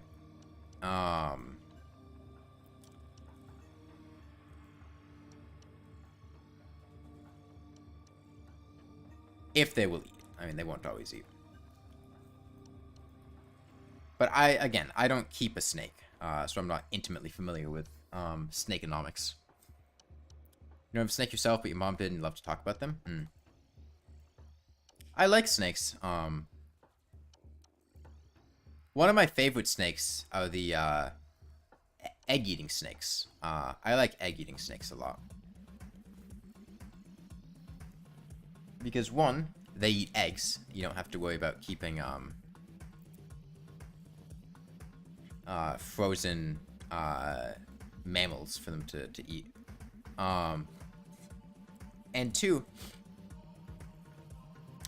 they do this really cute dance where like they regurgitate eggshells and just like unhinge their jaw and like wiggle around with their mouth wide open, and then cough up an eggshell.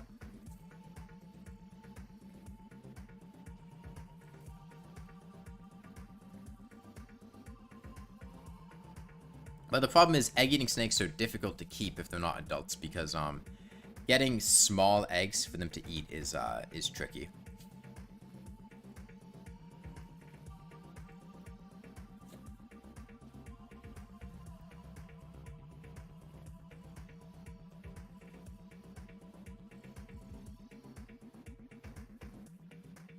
call snakes danger noodles. Most snakes are not dangerous at all.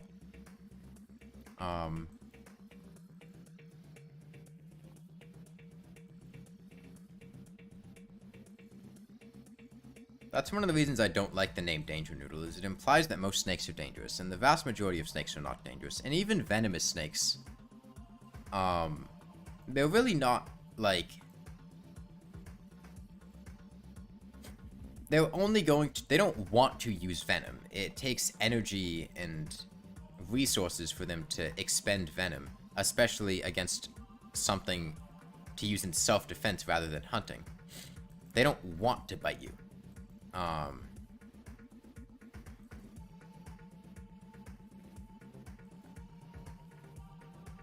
But if they feel threatened and stressed, that's when they're going to attack you.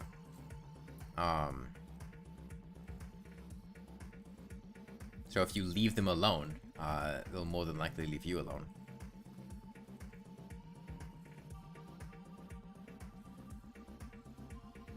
So remember, you're probably going to keep dead rats in your fridge for your snacks. Not all species of snakes are going to eat dead rats. Like I said, egg-eating snakes don't eat... they eat eggs. You know, something like a godo snake, don't really eat, some of them do. Yeah. But, like, you can research what type of snake you want to keep. You should not feed your snake live prey, ever. That is very irresponsible. Live prey will fight and will injure your snake. If they want the feeling of live prey, you can warm up the mouse, soak it in warm water, and then wiggle it with tongs to make it seem like it's alive. But you should not be giving your reptile a live, your snake a live mouse. Now, obviously, you know, when you're talking, like, smaller reptiles that are eating, like, crickets, mealworms, roaches, stuff like that, that's different. But when you're talking about, like, mammals with claws and teeth that are going to bite and scratch to defend themselves, especially because snakes are very slow to kill things, they're going to have a mouse that they wrap around that's going to be biting them for dear life, and that's going to injure your reptile. You should not feed them live mice. That's just irresponsible.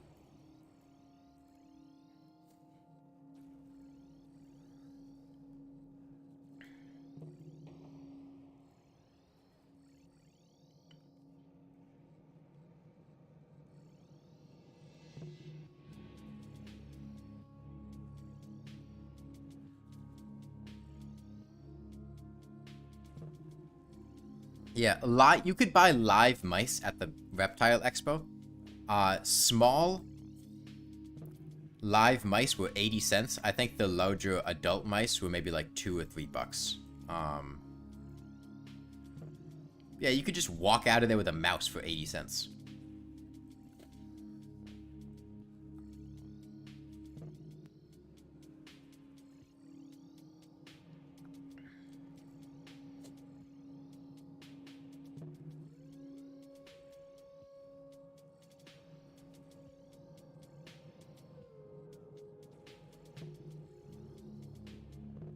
You can't touch reptile expos. Tell that to the $2,000 snake morphs.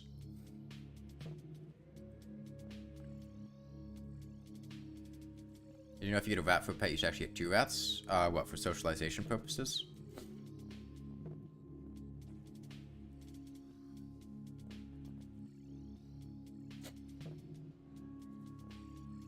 Your friend used to buy feeder mice to keep his pets because he couldn't afford regular mice.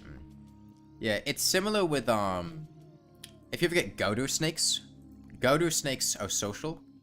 You should make sure you're getting, you know, the same gender so you don't end up with eggs. Or rather, the same sex. But Gouda snakes, you'll usually keep in a colony. Morning geckos, are social, and you usually get, multiple at a time. However, most, especially reptiles, the first one, Bismarck, Most animals, especially reptiles, should not be should not, yeah, be cohabitated.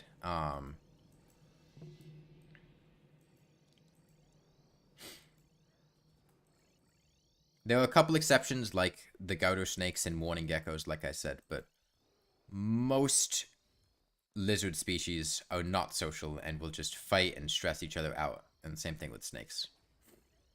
Alright, see ya, Blizzy.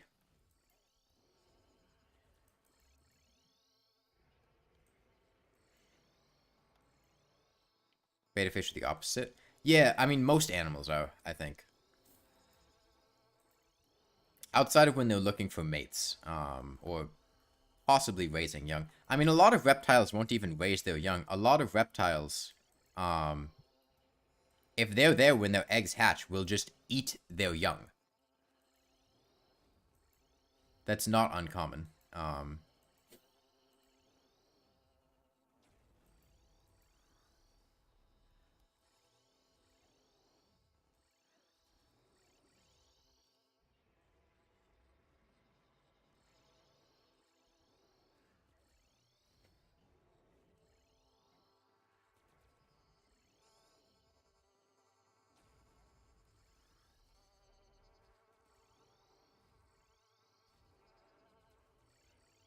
Ducks are one of the most like a human family animals. A lot of birds, well, I won't say a lot, but a good number of birds do practice parental care, and in some cases even monogamy, which is very uncommon in the animal kingdom. Um,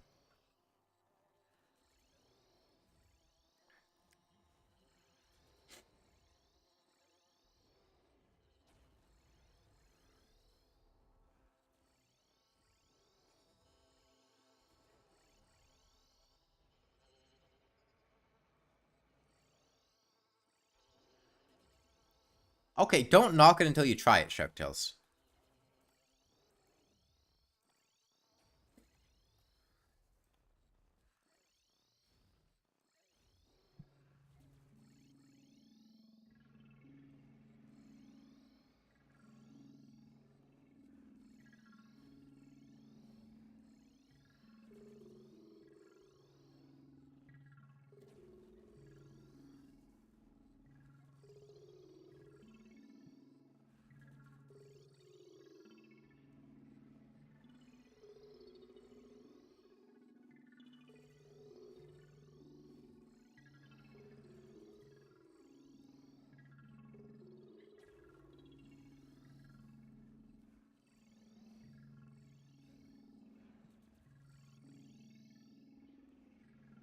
There's a sad story about a geese family that died.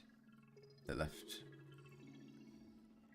I usually take stories like that with a grain of salt, because anything that over anthropomorphizes animals like that, I'm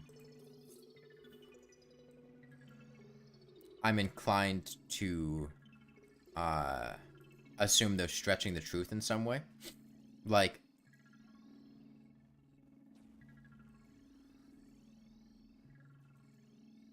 while I'm sure there were teenagers that smashed the goose's eggs and then the mom died, the exact reasons behind things like that are not always clear. And more sensational stories that makes them seem more human are going to do well and better than stories that just go, well, it might have happened because of this, or things like that. I'm not saying it's necessarily untrue. I'm just saying that I would not believe that headline. I would not take it at face value. That the reasons for those things are as described.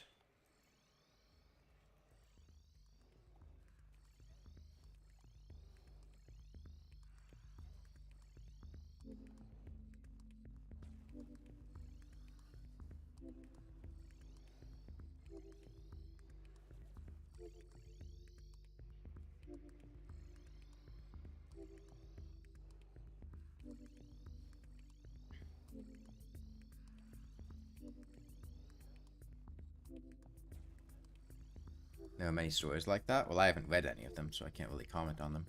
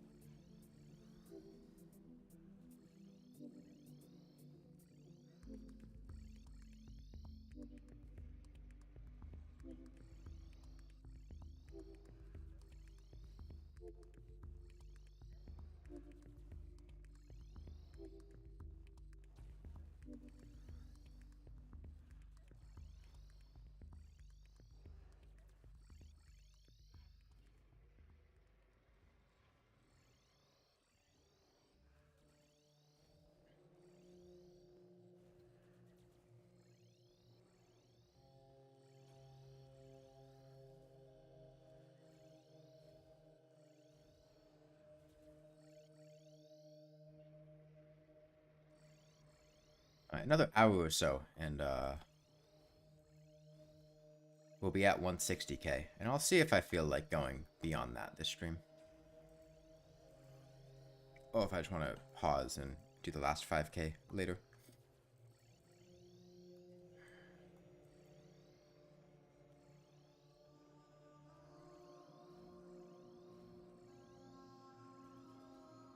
$60 is the damage goal today. 160k is the damage goal this stream.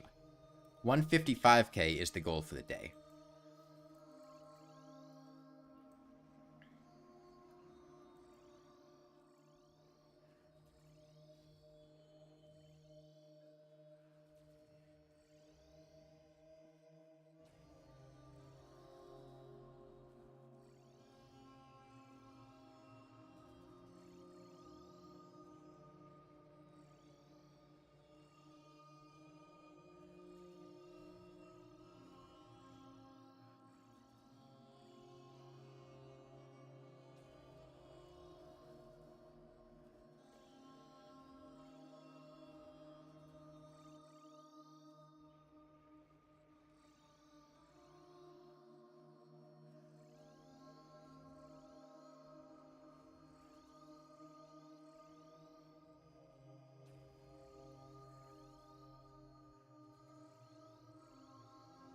And that reminds me, there was also like, for some reason, I don't know why, but there was somebody that was selling puppies at the Reptile Expo too.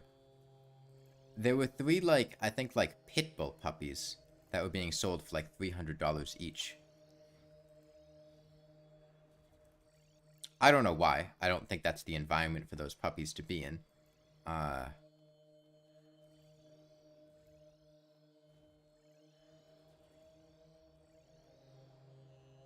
You love pit bulls? I don't.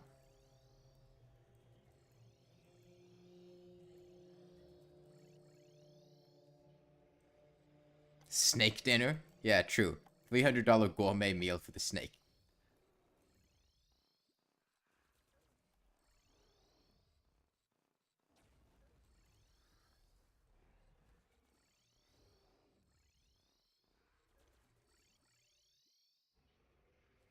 People say they're aggressive, but that's only because of how they're trained. I mean, I think they are a more aggressive species of dog than a lot of other species. Like, certain breeds are just more prone to being aggressive.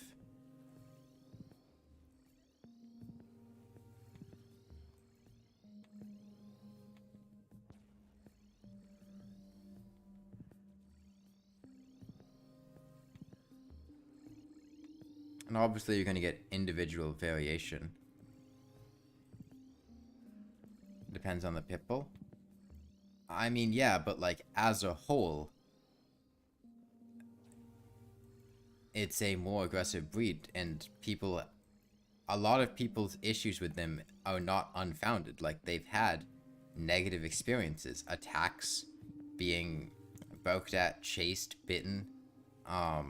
Like, the people don't like them for a reason. It's not an unreasonable thing to say that they're aggressive. And while, yeah, you can say that they can be trained and, you know, some will be, you know, nice and sweet and wouldn't hurt a fly, like, they're an aggressive breed.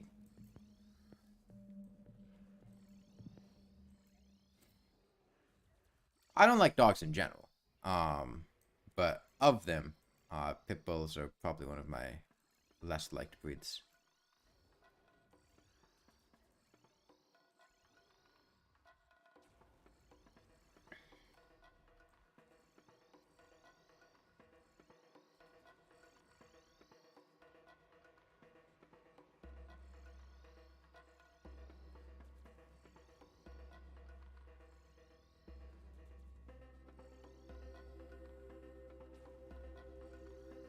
Which is weird because most states don't even allow pits.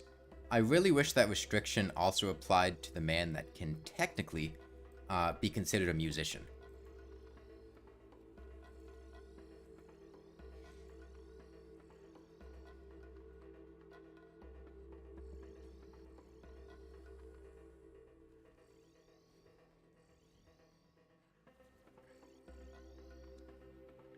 They were selling, oh, there was this one lady when we were buying the stick bug. There was just a lady with a big-ass rabbit in her purse that was standing next to us. Like a live rabbit. There's like a giant live rabbit in her purse.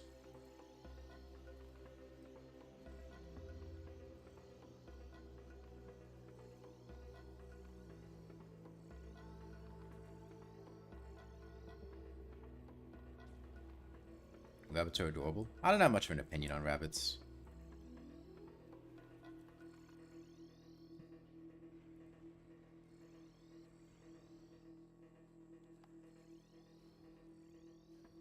There was this one guy at the Reptile Expo that was selling a bunch of, venomous snakes. It seemed like the breeders specialized in, various venomous snakes. They had, they had rattlesnakes. There was this one boy that kept rattling his tail. He was not very happy. Adult and babies. They had, a bunch of vipers, had copperheads, you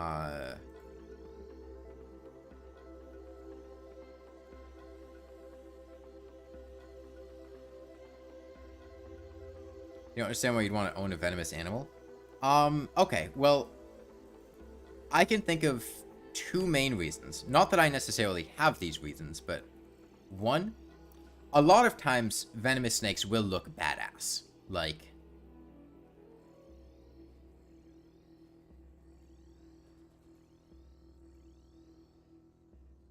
a lot of venomous snakes do look cool as shit. And two, yeah, cobras. They had cobras there. It was really neat seeing them, like, hood up. And they have really cool looking faces. And yet, two, there's kind of like a coolness aspect of owning a dangerous animal. Not that that justifies it, but that's one of the reasons people would want to own it, is because, like, oh, this is like a really cool thing to own. It's dangerous, it's exciting, it'll make me seem cool. Those are, I think, the two main reasons. It's mostly a cool thing.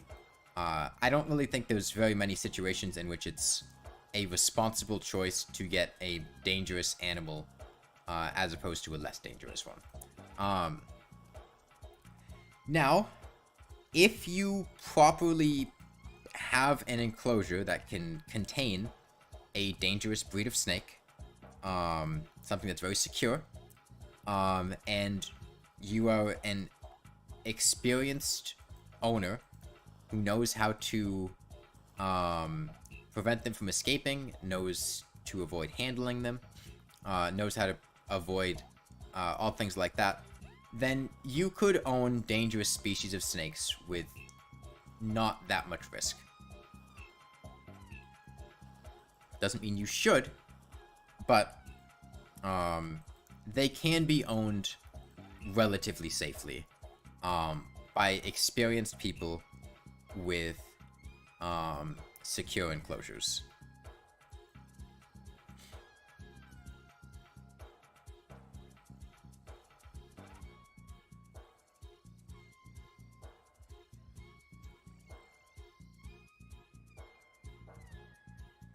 I had a weird dream about owning a venomous snake like Black Mamba and using it like a gun. That seems irresponsible and ineffective.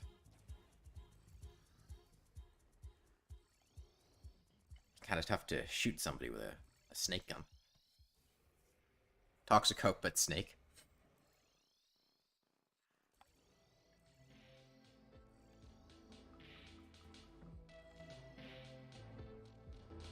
But yeah, animals like there are a lot of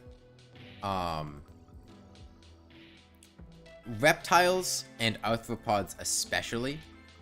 There are a lot of them that are just display animals.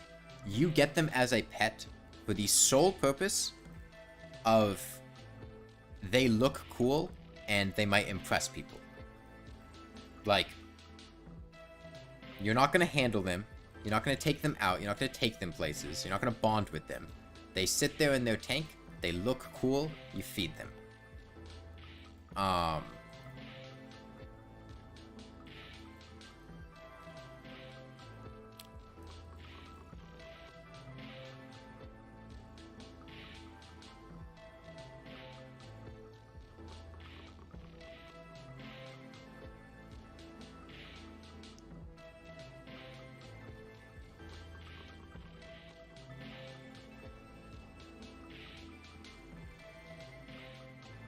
And so when it comes to display animals like that, things that you're not going to be touching or dealing with much anyway, people do...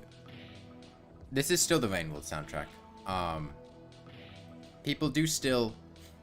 There's a bit of a gravitation towards things that are cooler or, like, kind of have, like, a dangerous element to them. Like, scorpions,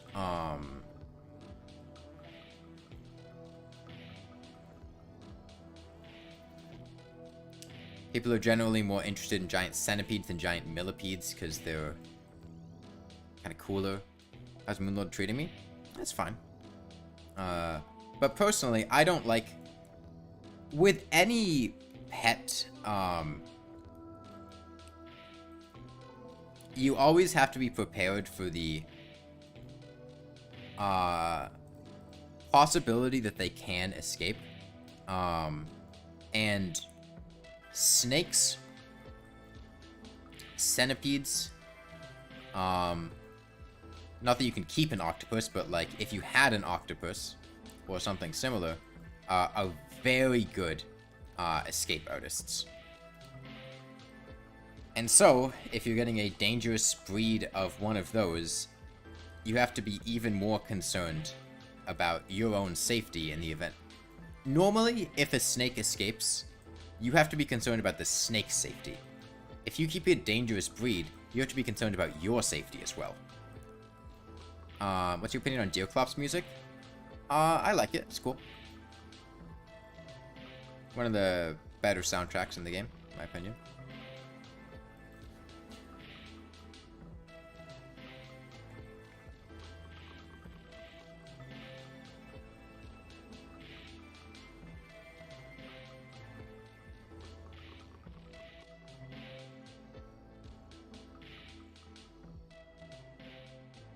How did I get the tiny hat on my gecko? Watch the full video, Sharktails. You can see me put it on her.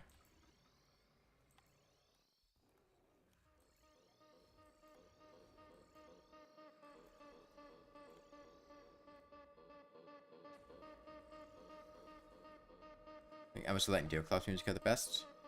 I'm not good at picking favorites, so I don't really have an opinion on what's the best.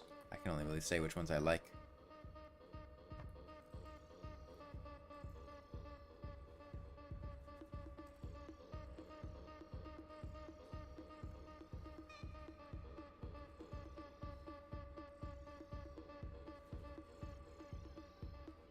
ones do I like? I don't know. I don't have a list of all the soundtracks in front of me.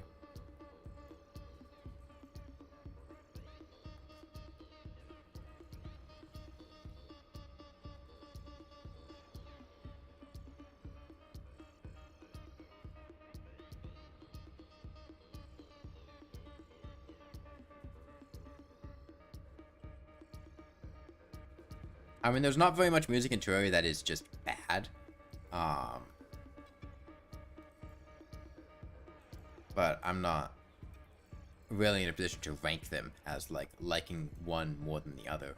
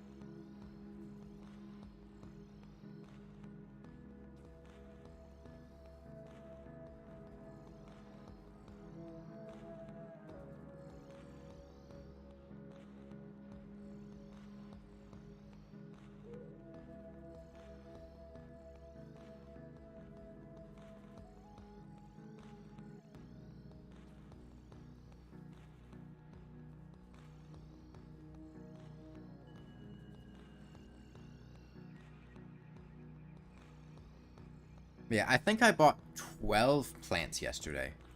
10 of them being plants that I would like to put in my vivarium with my gecko.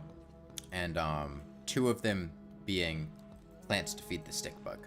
Hey, Kaiji. And honestly, I don't even know what the plants that I bought were.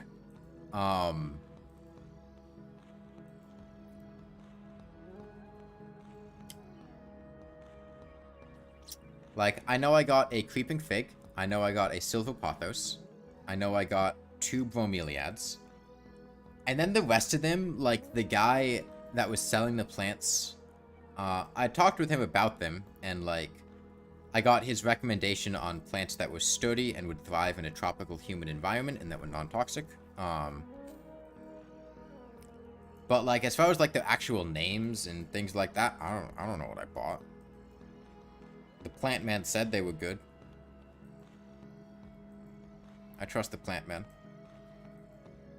I got this one plant that is absolutely gorgeous that has, like, purple leaves. I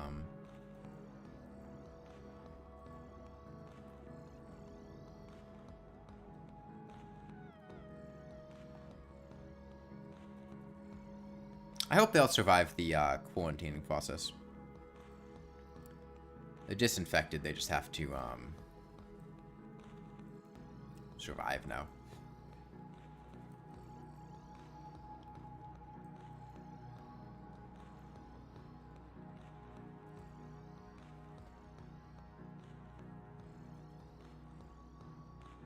Well, yeah, because, like, it's difficult to get tropical plants specifically with the intention of putting them in, like, a bioactive enclosure for a reptile. Because, like, you know, you go to Walmart or Home Depot or even, like, you know, uh, garden stores or plant nurseries, they mostly have plants that are going to be like house plants or plants you put outside. And those plants usually aren't going to be what I'm going to want to put in a vivarium. So getting, you know, exotic tropical plants that are still safe for reptiles, isn't too easy, so I wanted to stock up while I could. I probably spent like $60 or $70 on the 10 plants that I got.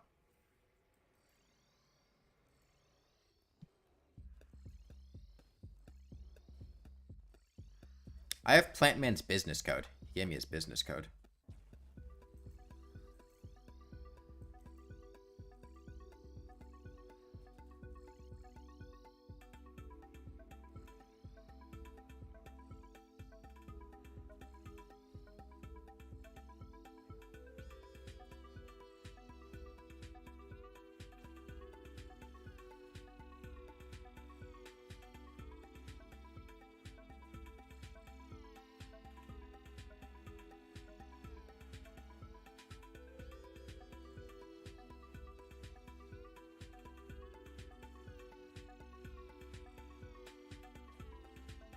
Rainworld does have nice music, yeah. I've just had tabs with like the Rainworld and Dead Cells soundtrack open for like a week, and I've just been alternating between them on different streams.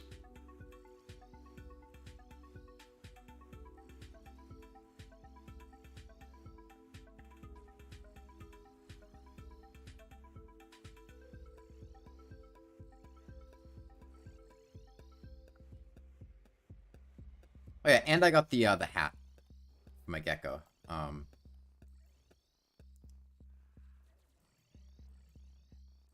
Now, granted, I don't think it's very likely I'm going to be able to put a hat on my gecko very often. She does not like it. She shakes it off almost immediately. But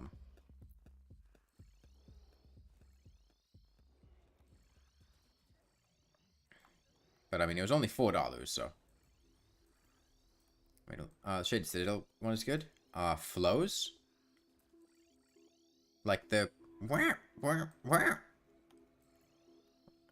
like Lantern Mouse.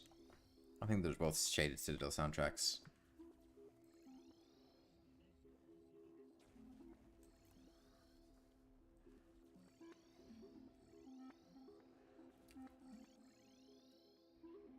Hey there, Bobo Birdcrew. I don't know what those words mean.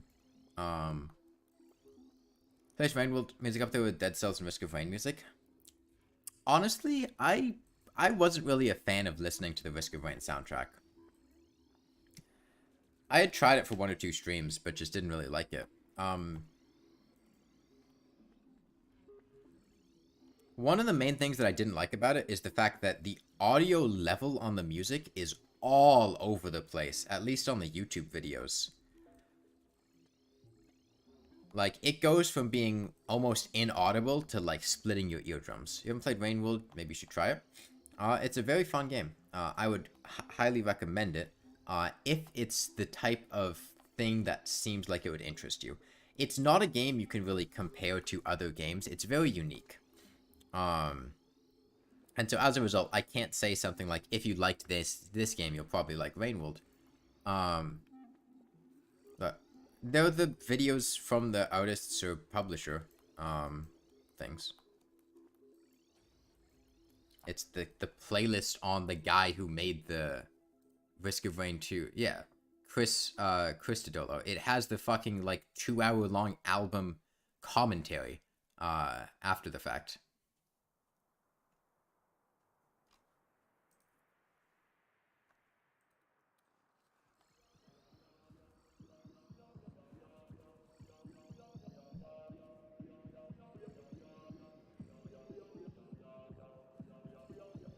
Yeah, it's a 2D survival platformer.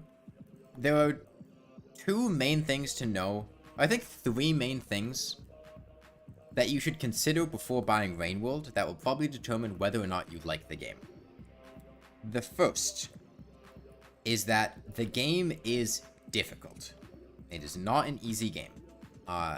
It's got a very cute aesthetic, but the game can be frustrating. It can kick your ass. If you don't do well with difficulty in games, it may not be the game for you. It's not obscenely difficult, but the game is kind of fundamentally unfair. Because you are a piece of prey, and there are a bunch of predators who have a lot of asymmetrical advantages over you, and are, there are a lot of things in the game that can feel like bullshit sometimes. So if you don't do well with, you know, raging at games or getting mad or things like that, that is something to consider. Now, in the Remix update, they did add a lot of ways to make the game easier in the settings. So if you really want to experience Rainworld's world, but don't like the level of difficulty and things, it's free? No, the game's not free. I think it's like 25 bucks for the base game and 15 for the DLC. Something like that. You can make the game easier in the settings. You can change around color mechanics. You can change around rain timers.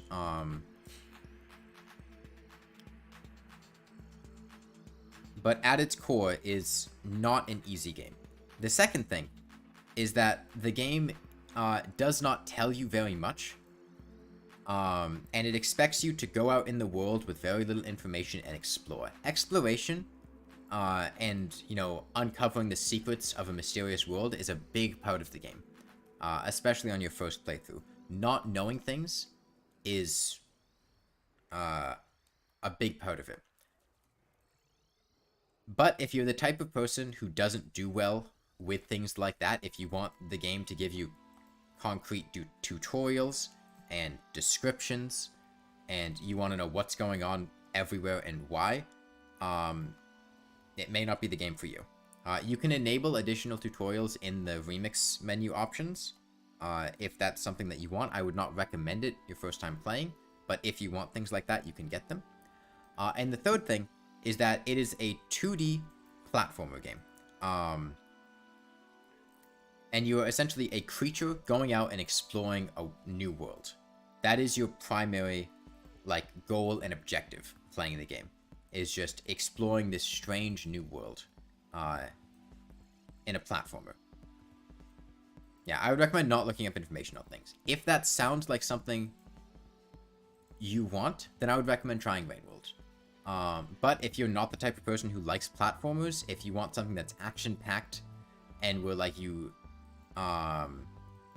know, fight things off, you know, it's not going to be something like,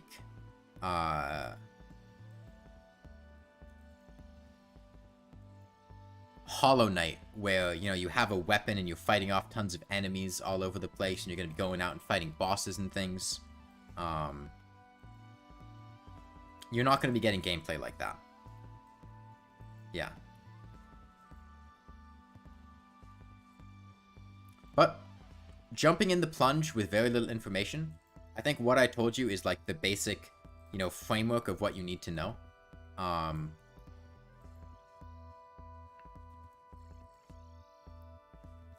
And just jumping in feet first in the deep end after that can be a really enjoyable experience.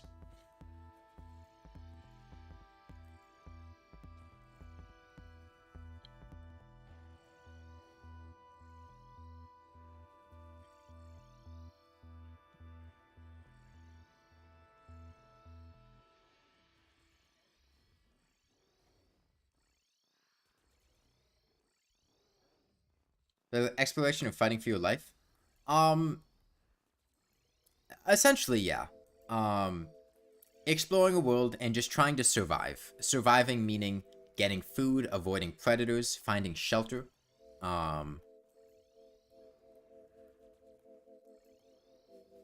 Yeah. Fighting is not prominent. It's not likely...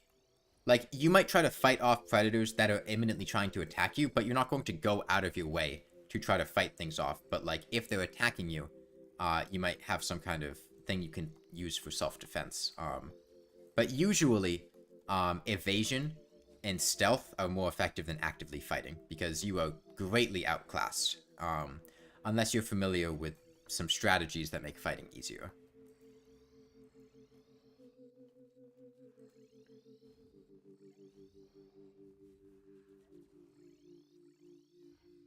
But yeah, the game is also very beautiful. It has a very unique art style. It has great music, and a lot of really scenic moments. Hey, Gio.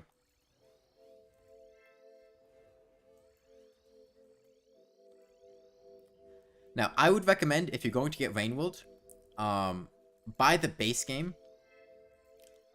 You can buy the DLC if you want, but I would not play with the DLC until you've beaten the game once for the first time. Because the DLC, the more Slugcats expansion specifically, even if you're not playing one of the new Slugcats that are added, you won't unlock the DLC Slugcats until you've beaten the game. Even if you're not playing as one of those Slugcats, it still changes the world. It adds new things, new areas, it changes regions, it adds new items and enemies. And I think it's better to play without those for the first time. You'd actually stay here, but you're trying to kill Yaron, so you're going to be doing that. Alright, good luck.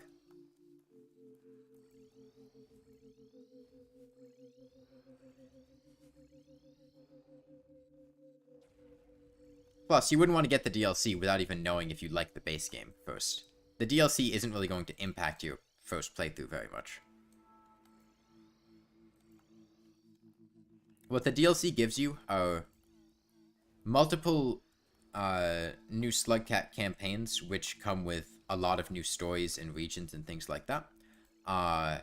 You get 2 additional... Well, actually... Yeah, you get 2 additional game modes. There's the arena challenges. There are 70 challenges, which are pretty fun to do.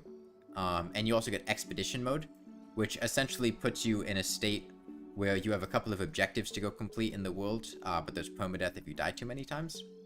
And it also allows you to do Jolly Co-op, which is basically multiplayer. But it's local multiplayer only, which means you either have to play locally or use like Steam Remote Play or something like that in order to do Jolly Co-op. I think the DLC is well worth the money if you like the base game, but you won't know if you like the base game until you play it, which is why I'd recommend not getting the DLC until after you've decided whether or not it's the game for you. Rainworld is also out with Downpour DLC on console. PS4, Switch, and Xbox One, and their PS5 and Xbox Series X or whatever. I think it's on all those platforms with the DLC. Have I played Phasmophobia? I have not. I'm vaguely familiar with the game. I know it's like the ghost hunting game or whatever, or like you have to find clues to like figure out what ghost it is, but I haven't really seen or played very much of it. Have you ever tried Subnautica? Yes, I played Subnautica a couple weeks ago on stream. You can go back in time a bit and go watch those if you're interested. I didn't beat the game on stream. I still haven't finished the game, but I played it for 2 streams. You haven't played it, but you will see when it comes out on console.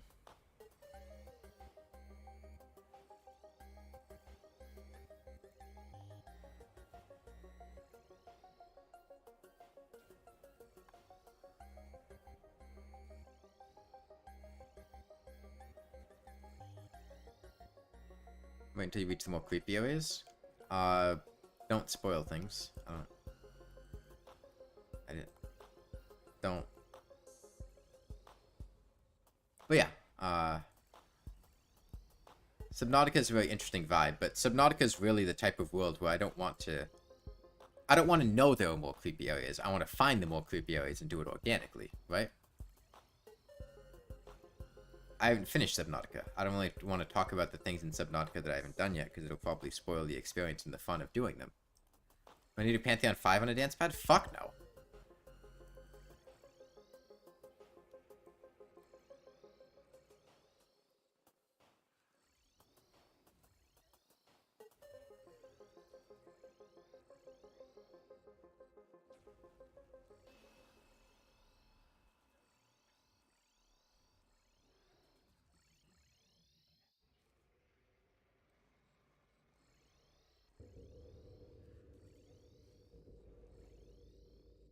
Pantheon 5 would be absolute hell to try to do on a dance pad. It's fine, Phoenix. I'm just, it was a big issue when I was playing Subnautica. Thank you, With. And it's just, I haven't done it yet, so I don't want... It's more fun for me to do something without knowing it's coming, rather than having somebody tell me, oh, there's a really creepy area coming up, and then going into it, I'm like, okay, well, now I'm mentally expecting this to be creepy. So, like, I already kind of know what's coming. Like, oh, I'm going into a creepy area, what does that mean? Okay, it's going to be dark, and there's probably going to be some big Leviathan-type monster that's going to try to attack me. Because this is Subnautica, and that's, like, you know...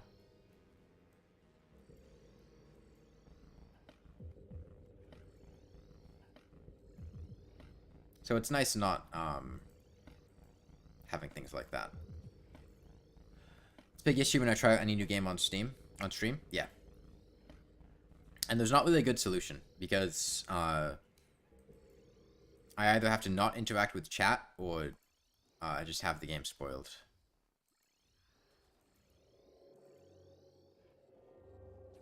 Subnautica does have great sound design, yeah. It was really annoying when I was doing the Blueberry Slug Cat on stream. Spoiler alert, if, now, the odds that this is going to happen are astronomically low, but on the off chance that you do not know anything about Rainworld, and you are going to undertake a campaign without knowing anything about the ending of it or having any spoilers about it, with that campaign being a secret campaign that you would only be able to know about by somebody telling you, and is also oppressively difficult and extremely hard. Small spoiler alert about the ending of it. But when I was doing the Blueberry Slug Cat campaign on stream, it was really fucking annoying having people non-stop spoiling the ending being a dating sim.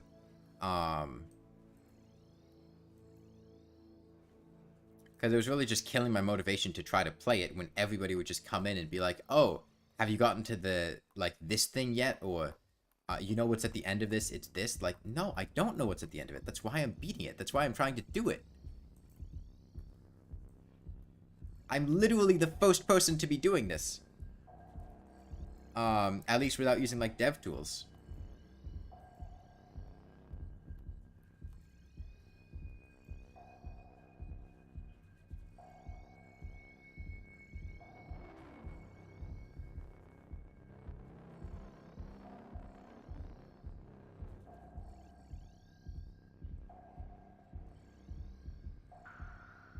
Farthest you got in Pantheon 5 is no eyes? Yeah, Pantheon 5 is really just an endurance thing. If you practice the bosses in the Hall of Gods, that's a good place to get experience. I've beaten Pantheon 5 a couple times. I played Hollow Knight on stream just, like, normally, long time ago. Probably, like, 9 months or something. But I have a playthrough of just me playing Hollow Knight normally on stream.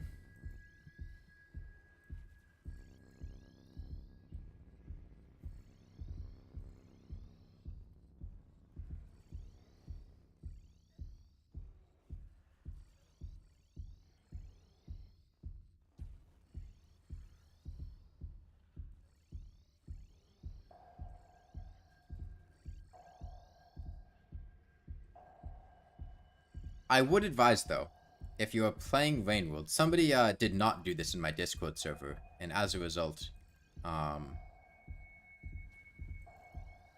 is going to miss out on something cool. I would recommend if I give you a piece of advice in Rainworld,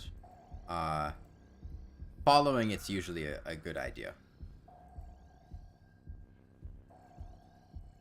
Specifically, like, in the Discord server. If I, like, send a message,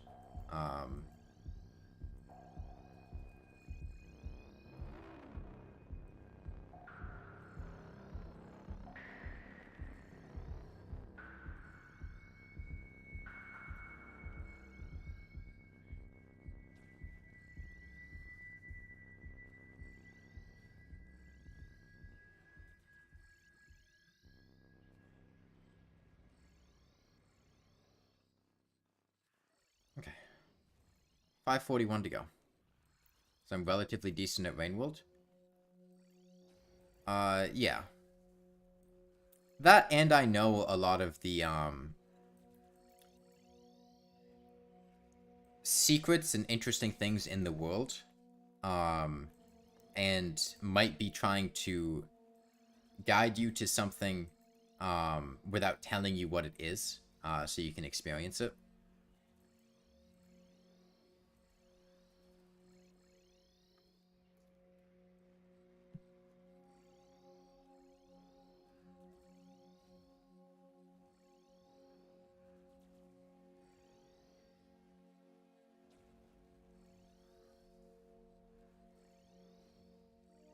Imagine if they had a lawnmower summoning item. And it would be able to cut evil biome grass. Holy shit, that'd be overpowered.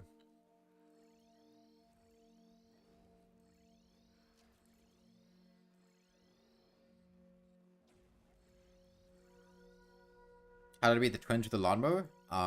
You can go watch the stream where I beat the twins with the lawnmower. That would probably answer the question in a better way than I can describe, but the short answer is just that I teleported into them. I'm only doing Moonlord? No, I beat the whole game before this. What are you talking about? I spent like 110 hours over the past month streaming Lawnmower only.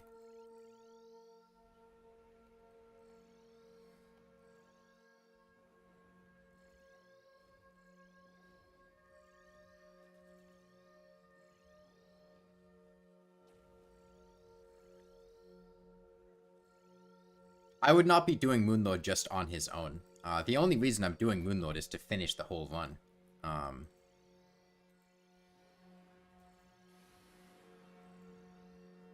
He's by far the most annoying part of what we've had to do.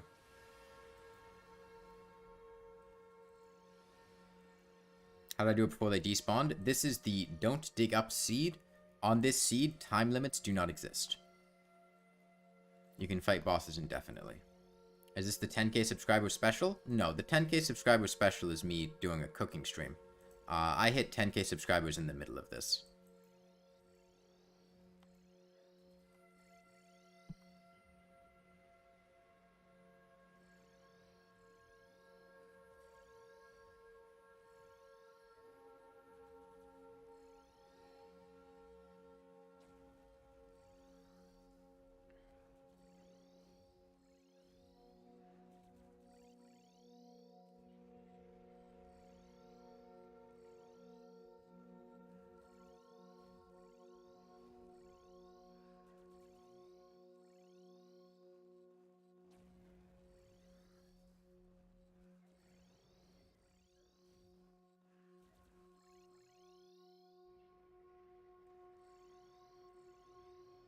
When will the cooking stream happen? Probably like a couple of days after I finish Lawnmower Only. What'll probably happen is I finish Lawnmower Only Moonlord, I edit a video together for Lawnmower Only Moonlord, and then once I'm done with that, I'd probably do the cooking stream. And that... maybe next week? Maybe the week after? I don't know. I don't know how long this is going to take.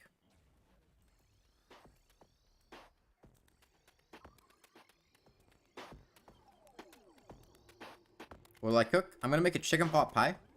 I don't know if I'm gonna make anything else, though.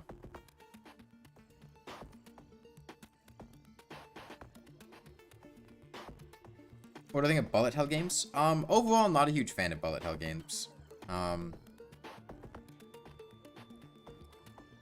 It's stressful.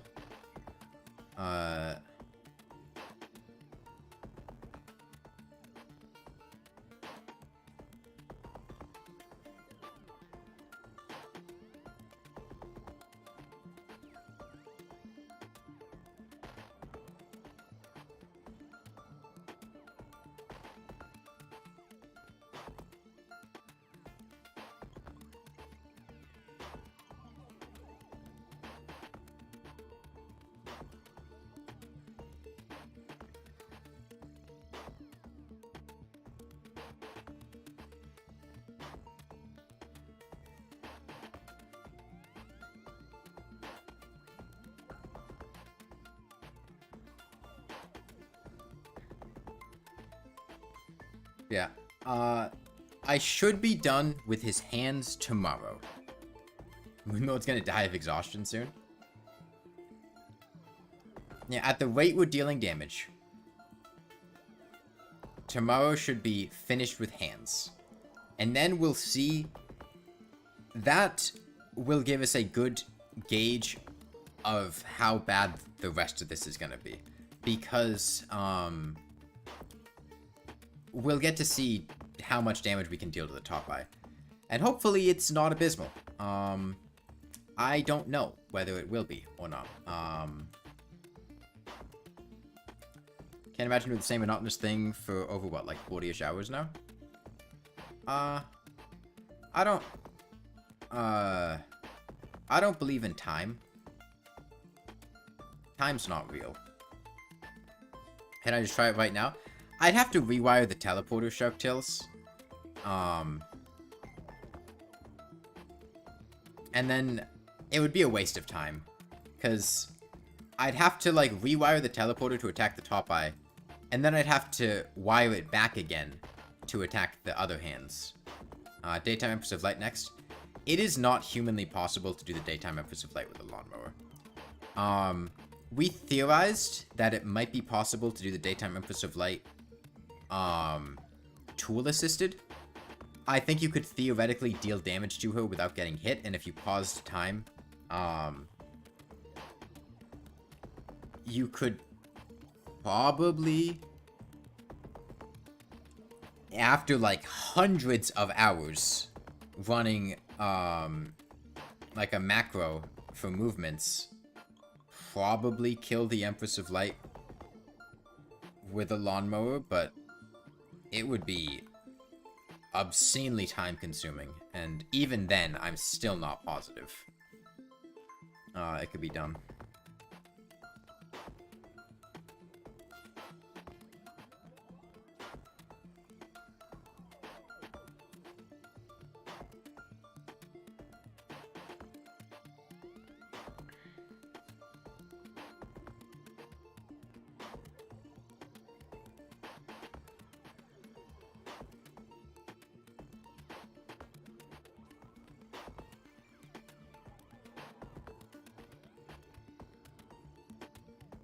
Nobody will ever try it, so you'll never know.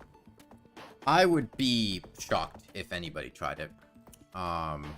Like, tried it, genuinely.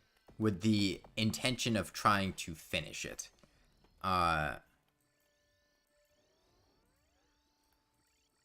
Apparently, Red made a Hangman game on the forums, and the answer was Boulder Rain. Why would you tell me this?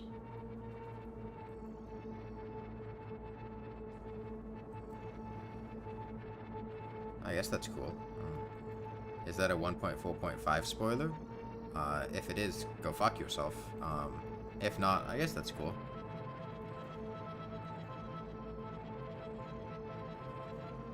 At this point, anything the developers say could be veiled spoilers for upcoming updates, so like, I don't really want.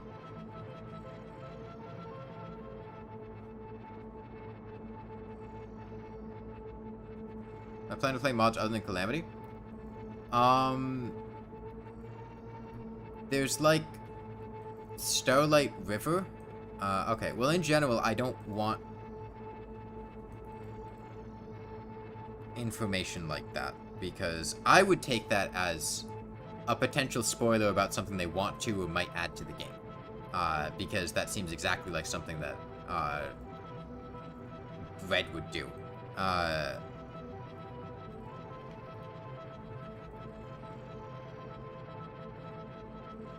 There's like Starlight River. When that mod gets finished, I might play it. Other than that, I don't know. I'm not a huge fan of modded Terraria in general.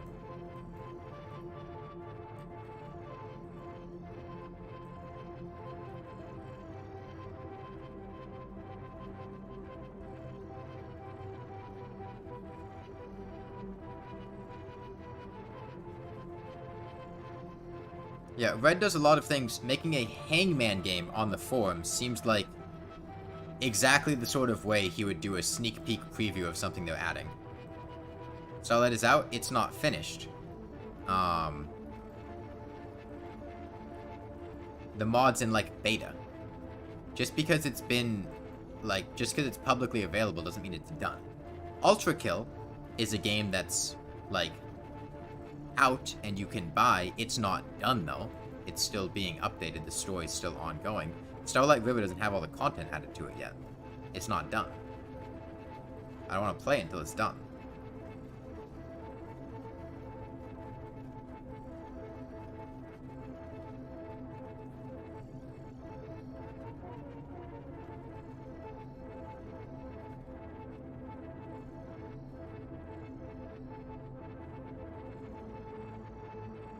Because generally, I'm not going to replay a mod like that. And I'd rather play it when it's finished than when it's not.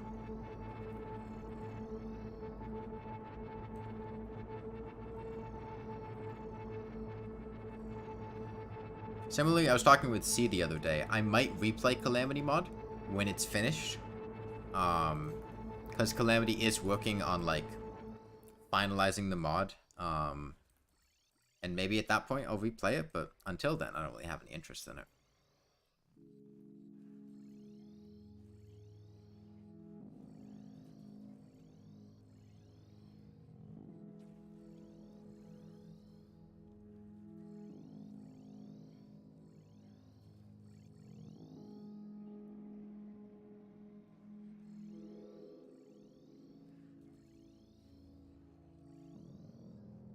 Hello, but the Lawnmower does damage? Yes. I've been working on finalizing the mod for years.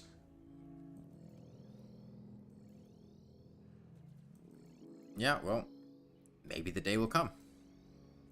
If it does, great. If not, I probably wouldn't play it again.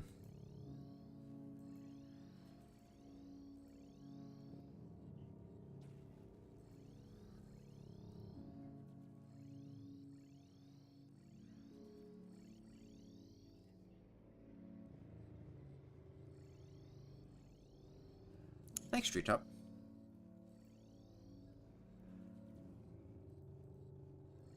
Yeah, to explain again for like the 100th time. The Lawnmower has very specific requirements for dealing damage. Let's see things. In order for the Lawnmower to have a hitbox, you have to be moving in the direction the Lawnmower is facing, holding down the movement key, that is. And be walking on the ground. You cannot be off the ground at all.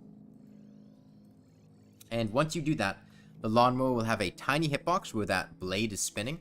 That does 8 classless damage. And after defense, against pretty much everything in hard mode, that's going to be reduced to 1 classless damage. Classless means that it cannot be buffed. Hey, Time Death, welcome back.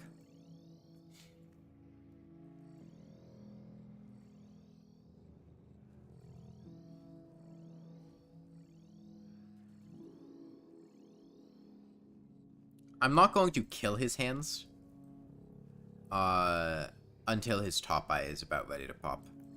I think that'll be easier than... Actually, would it? Hold on.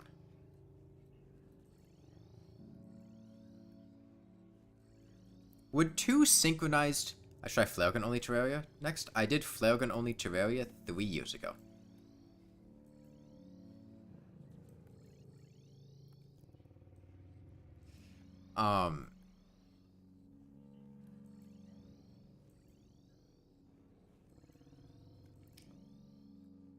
Would two true Eyes of Cthulhu with synchronized attack cycles do less damage than his two hands?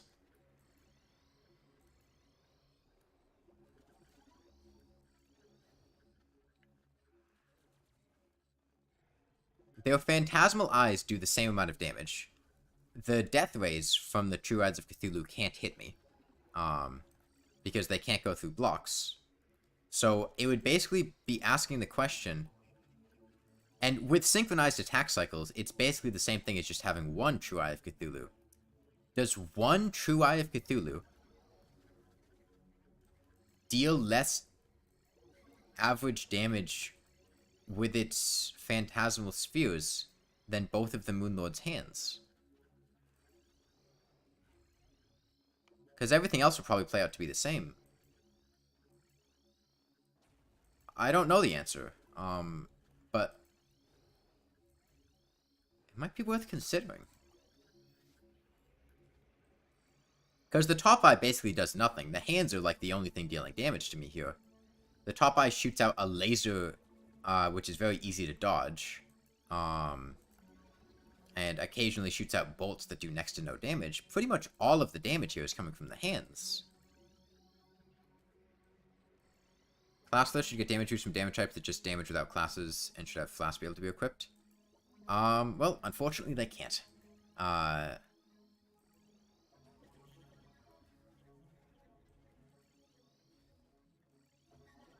Flasks don't make sense, though. Classless should not have flasks. The flare gun should not benefit from flasks. Dynamite should not be affected by flasks. Classless should be buffed by Avenger Emblem. Yeah, Avenger Emblem doesn't actually mean it's a 12% boost to all your damage. It means it's a 12% boost to range, magic, summoner, and melee damage. Classless damage is not one of those, and it won't get increased.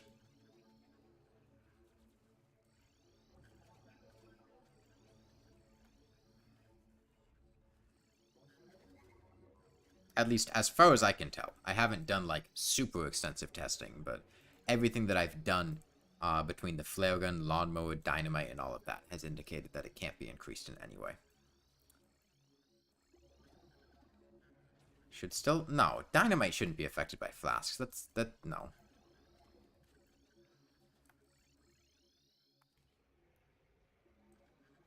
The flare gun's already good enough. The flare gun doesn't need to inflict venom on top of that. If the flare gun was affected by flasks, it would, like, genuinely be an extremely good item. Because in hard mode, if you had cursed flares plus venom, both of which I think have, like, 100% chance of being inflicted, and you had an infinite piercing weapon that you could fire off at will with using Smart Tool to tag in a Venom and Cursed Inferno debuff whenever you want against any enemy, that would be really fucking strong.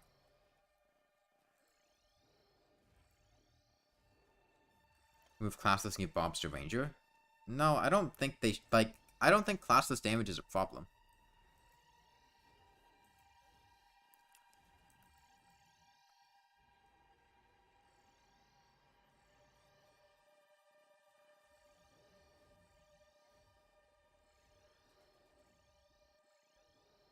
I don't think everything needs to fit within the 4 damage types of the classes.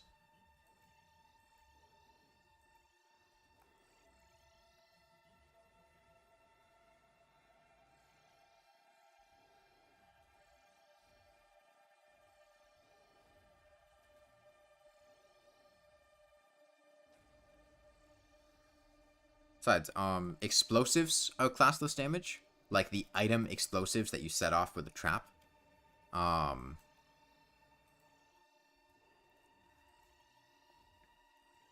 classless damage.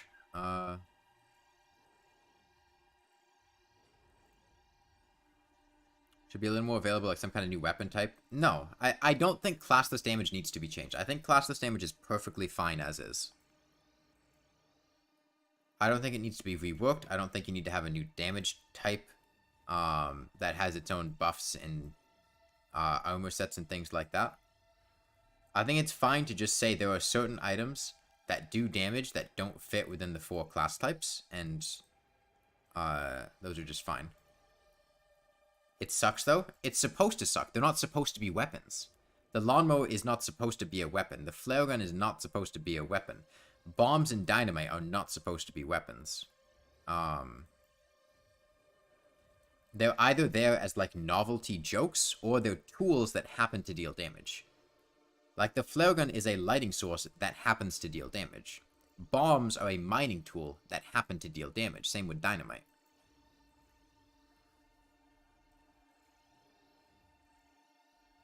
We hit 160k, but I have a decent amount of energy. I could go on for a little longer. Not to mention the fact, if you gave dynamite ranger buffs, dynamite would be a lot better than it already is, and dynamite is already really fucking strong. If classless damage became a ranger damage type, it would be able to crit. Dynamite that's affected by ranger damage boosts that could crit. Dynamite is like already the speedrunner weapon of choice. It does not need to get stronger.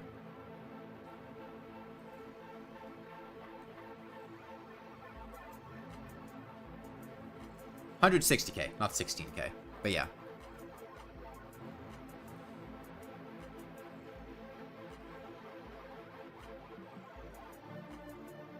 We're getting there. I'm going to stream again later tonight, and I intend to get down a bit more. I'll see how much I feel like doing. I'm getting a little hungry, so I might go stop to eat food. Mounts are affected by summoner damage? Mounts are summon damage, yeah. They're not classless.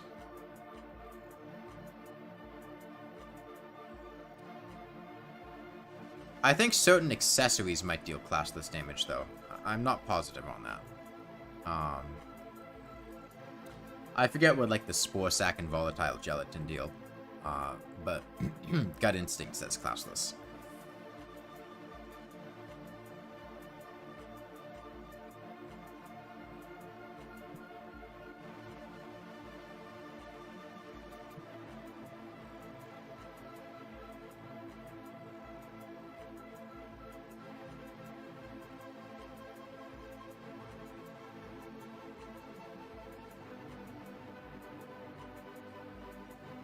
I don't know. I feel like there's a belief that a lot of people have that I don't agree with, which is that every item or every, like, category in Terraria needs to be, like, cool or interesting or good. Like, everything needs to have some, like, level of viability to it. We're like, oh, this needs to be, like, epic. This needs to have a rework to do this instead, or, this needs to have more support or something. And I think it's fine to just have items that are underwhelming or bad, or, Reloaded to replace the gravity globe with a better accessory?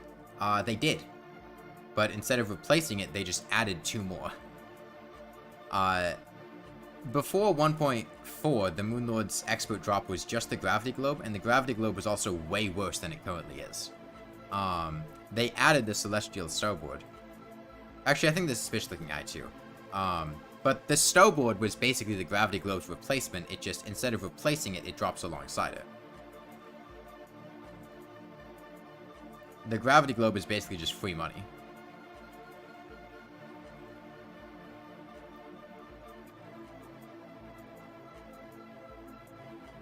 The gravity globe used to only be able to change gravity if you were standing on a surface, so you couldn't even use it in midair like you could a gravity potion. It was really bad. They at least changed that, and they also added the starboard, so the Moonlord has a really good expert mode drop.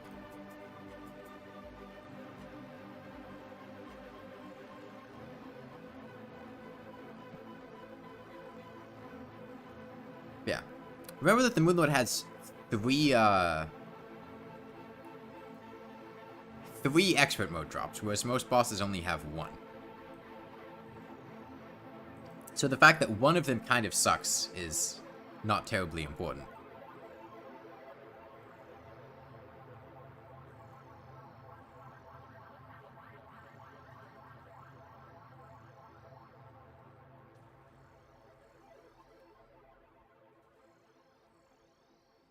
What's the worst accessory in my opinion? I mean, the thing is, every accessory, at the bare minimum, is going to give you, like, its reforge. Which means the worst accessory is going to be an accessory that not only does nothing, it does something that is actively detrimental to what you're trying to do. And context matters a lot. But in most situations, the only accessories that I would rather not have equipped than have equipped would be like dash accessories. I don't like dash accessories at all, and most of the time I would rather have no accessory than have a dash accessory. Because the dash accessory is going to interfere with my ability to dodge and move around. Whereas if I just have like a step stool, the step stool is at least going to give me the modifier, and it's not going to change around how I'm doing things to begin with. Now obviously dash accessories are not bad, inherently, but they are the only accessories that I can think of off the top of my head that would be actively detrimental, and that I would not want to have equipped most of the time. Now, in terms of just effects, I mean, the step stool is absolute trash. Let's not beat around the bush here.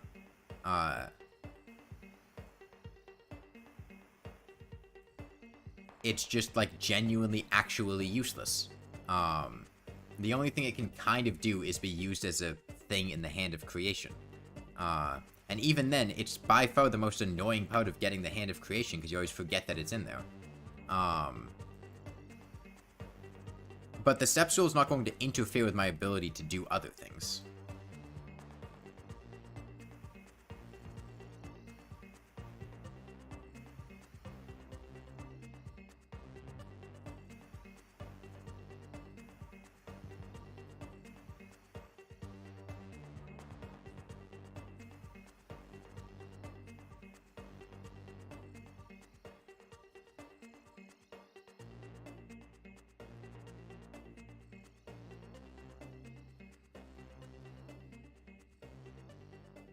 Used as an off-brand double jump, with practice giving you 6 more tiles. But I could just get another double jump. There are 5 double jump accessories. There are 5 different things in a bottle that you can get.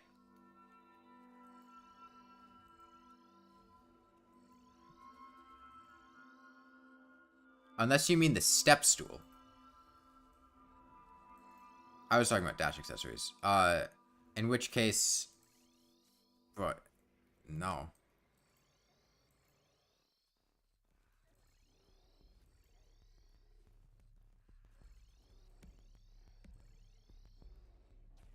Flower boots are kind of useless to fire class by Terra Sparks. Flower boots are a novelty item. But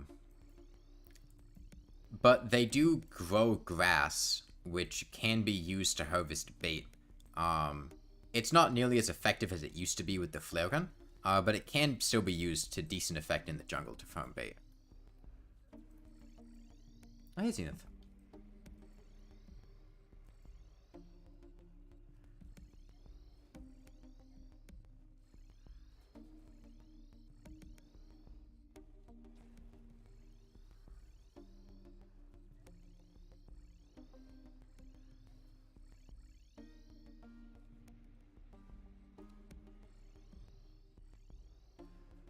Haven't been on for a while.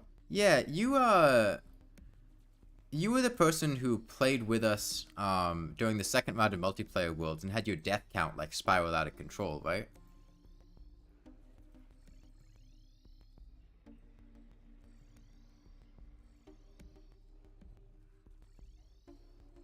Okay. So I looked into that, and that's apparently because of going on like an all items world or like T-Dark Gaming or something. Why did you do that? I sat there like in a call with Neskri, saying that I didn't think you had done something like that. But after having had several people test it, it seems that that's the source for that. It's because you gave yourself vanity items. Well, you know, please don't do that.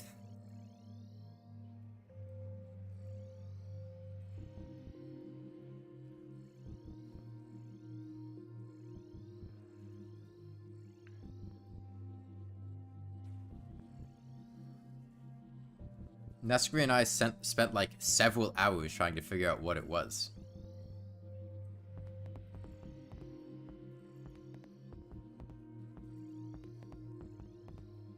Use it in the very early game and it's decently helpful. The step stool. I mean, the thing, like, every accessory has some level of use. The guide to plant fiber cordage, most of the time, I can't stand equipping because, God, I hate having vines clutter up my inventory. Just having them drop, as items is really annoying. But, like, it has a use, and especially if, like, you're looking for aesthetic things, it can be nice.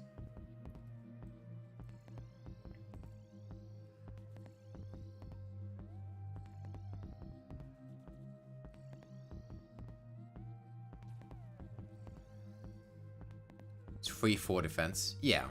The nice thing about those accessories is they're very cheap to reforge. You're back, you made your ramen. Nice. Oh.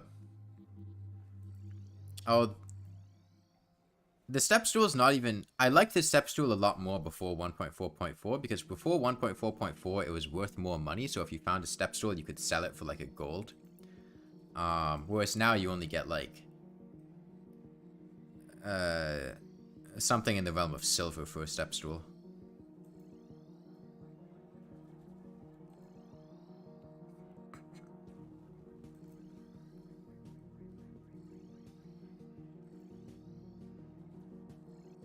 Fin wings because they're harder to obtain? Bro, I got fin wings right now. I've been using fin wings all game. Or all of hard mode. Nah, man, don't diss my, my homeboy fin wings. You know how hard it would have been to kill a wyvern? 14 silver? Yeah. It was for balancing reasons. I can understand that, it's just, the main thing that I like the step stool for is gone now. These fin wings got us through Plantera, they got us to the Cultist, the Pillars.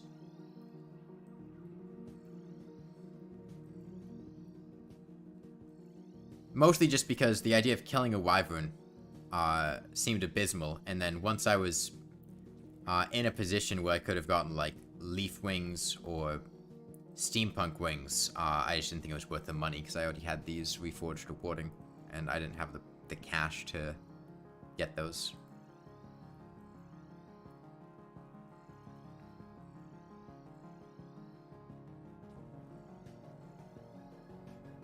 $160k? Yeah. I think I'll go down to 159 for this stream, and then I'll cut off there. No one uses... The reason no one uses fin wings is the angler.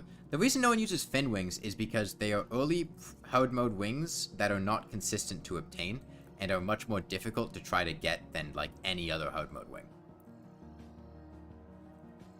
What are they? Are they, like, 1 in 70 default chance, or is it, like, 1 in 35? I forget. They're not common.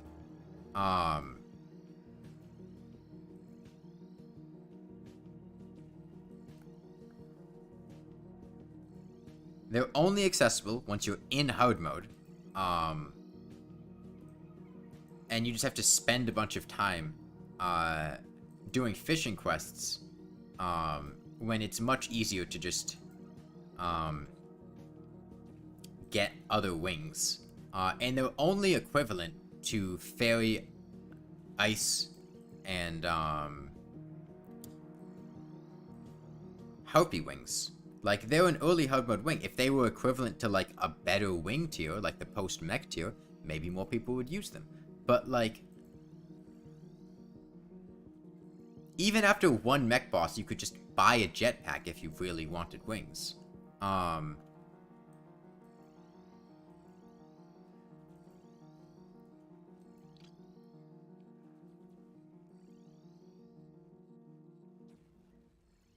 The only situation playing the game normally where I think I would use fin wings would be like, if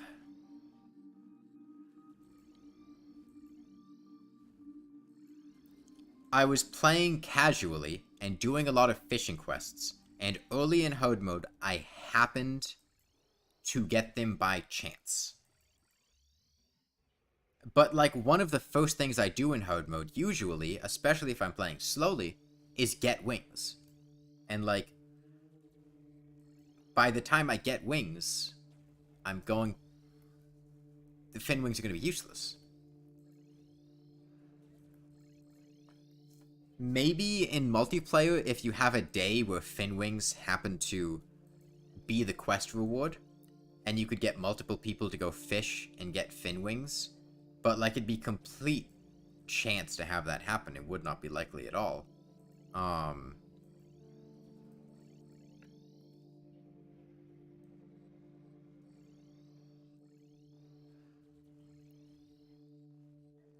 If the Angler quest was something like, oh, you know, obviously these slots are already taken, but just for the sake of example, like, your 25th quest, will always give you fin wings, if you're in hard mode. If you're not in hard mode, the first quest after 25, like, if you do 25 in pre-hard mode, then do 1 in hard mode, the first quest reward will be a fin wing. Something like that would make them a lot more appealing to get, because then you could consistently obtain them. You don't need mech wings.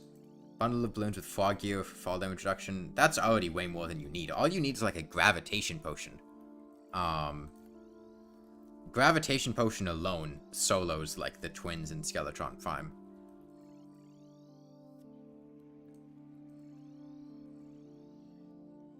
How rare is the sword from the motion event? I believe it's a 1 in 6 drop from the motion saucer.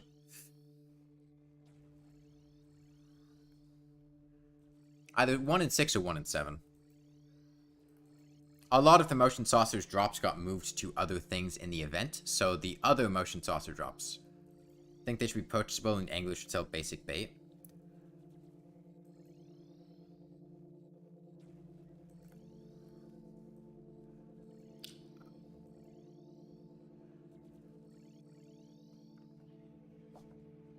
I think what would make more sense in a system like that would be to have the angler have a full shop, and when you completed fishing quests for him, he gave you, like, a currency to redeem similar to Defender medals. But the problem is the angler has so many items that you can't fit all of his items in one shop window.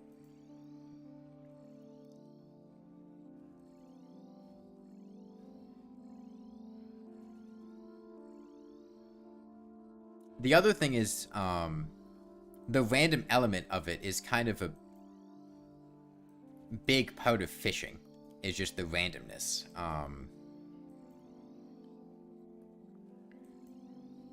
And I imagine that's probably something that the devs like.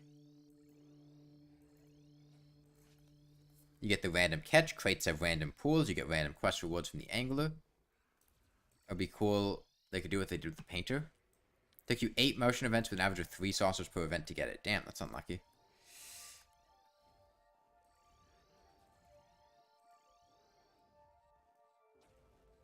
Well, at least you got it now.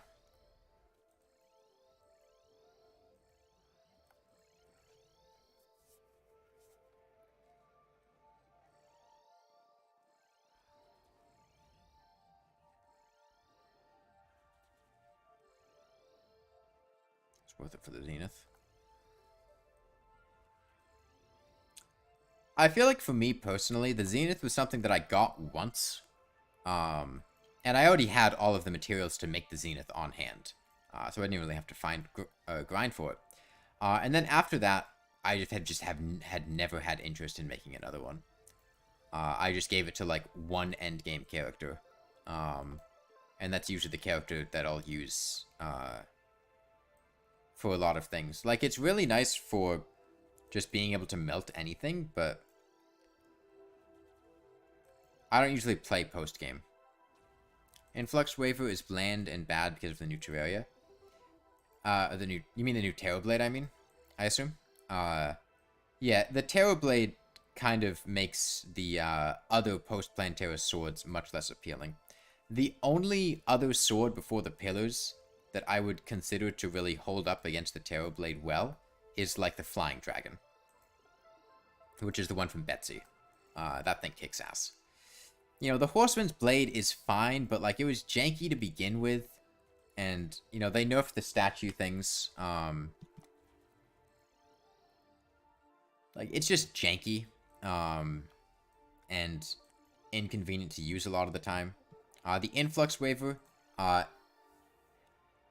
doesn't perform that much better than the Terrorblade, and you need way better aim than the Terrorblade in order to use the Influx Waver effectively, and it's not going to have, like, any crowd control. Meow Meow is better than Zenith, because of cats. You made a new world, made a melee character while collecting every sword you could. It was the first time you genuinely beat the game. Okay.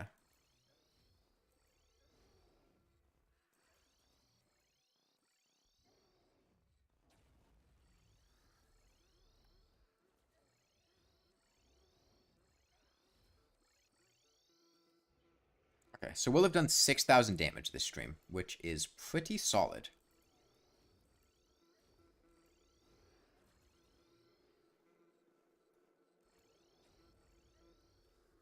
The Seedler performs at similar single-target DPS. The Seedler's janky to use. It's inconsistent to get. Because Farming Plantera is a pain in the ass. Coin Gun is better than Zenith? No, it is not.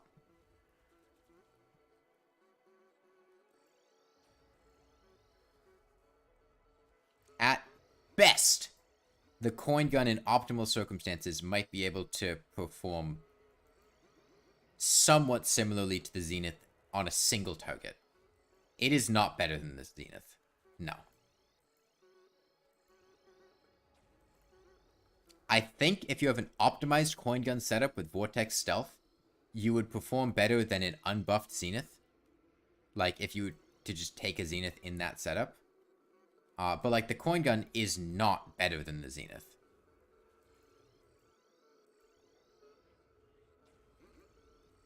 Don't get me wrong. The Coin Gun's great. Very powerful weapon. It is not better than the Zenith.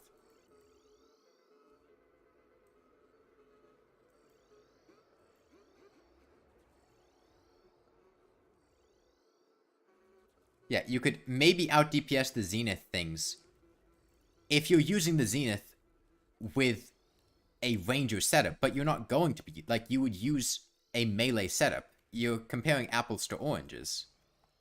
It'd be like me saying, oh, yeah. I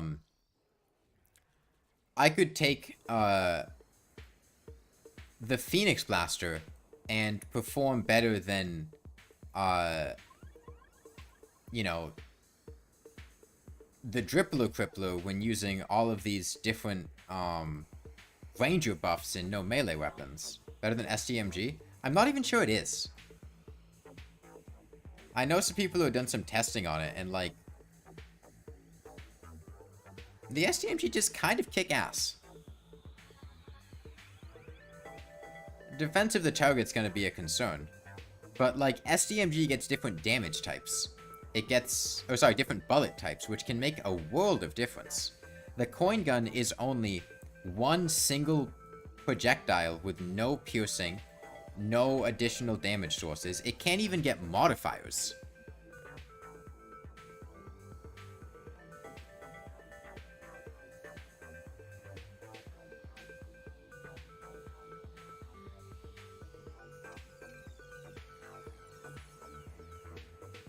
It's the worst baseline DPS for a Moonlord drop. I don't think the SDMG has worse baseline DPS than, like, the Rainbow Crystal Staff.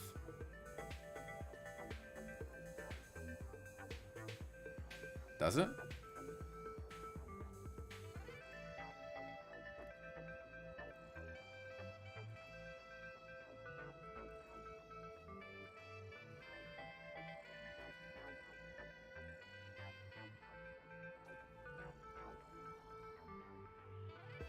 I also think if you're comparing the Ranger weapons, you have to consider the fact that the Ranger weapons are going to be buffed by Vortex Stealth.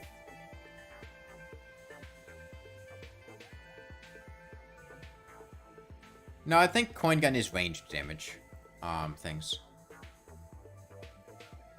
With no damage boosts and normal bullets.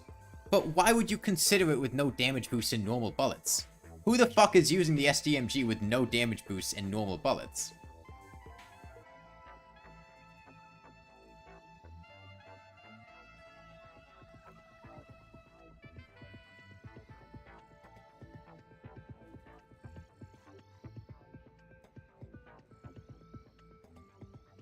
baseline test, but it's a flawed baseline.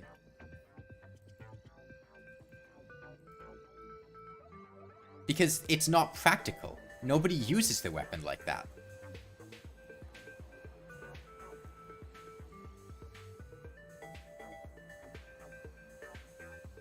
If you compare summoner weapons with no summoner gear or buffs, every summoner weapon is going to be absolute trash.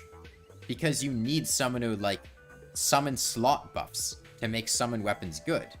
Or, like, you need whips to make summon weapons good. Comparing things in a vacuum doesn't make sense. You compare them in reasonable usage situations. Mage weapons, you have to decide, like, are you going to use mana potions? Are you going to use mana regeneration potions? Are you gonna have star statues? Are you going to use, like, celestial cuffs?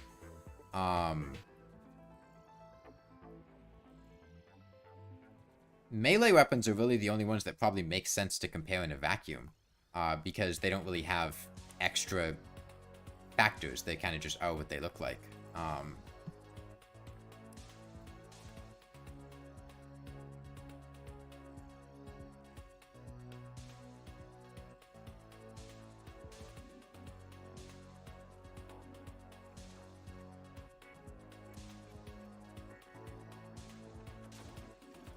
Now, granted, pretty much all this is completely irrelevant, because, post-Moonlord, the game is, like, non-existent. All the weapons are obscenely powerful on their own. What are the best bullets? Depends on what you want. The best single-target bullets, probably Crystal. Best crowd control bullets are obviously going to be Luminite.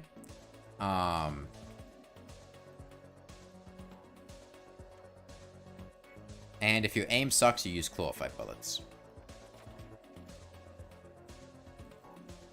Defense is going to matter. Crystal performs very bad against enemies with small hitboxes and high defense. So against something like the Moonlord, I'm not sure I'd use Crystal. I'd probably opt for, depending on the fire rate of the weapon, either Venom,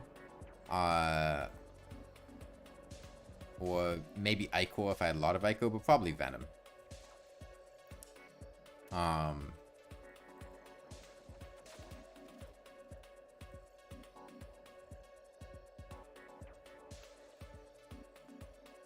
What's the difference between the prism dropped by Moonlord and the prism dropped by Empress of Light?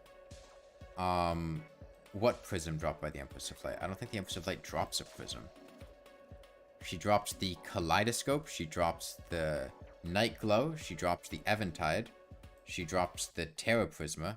I mean, I guess Terra Prisma might be what you're thinking of. Prism is just,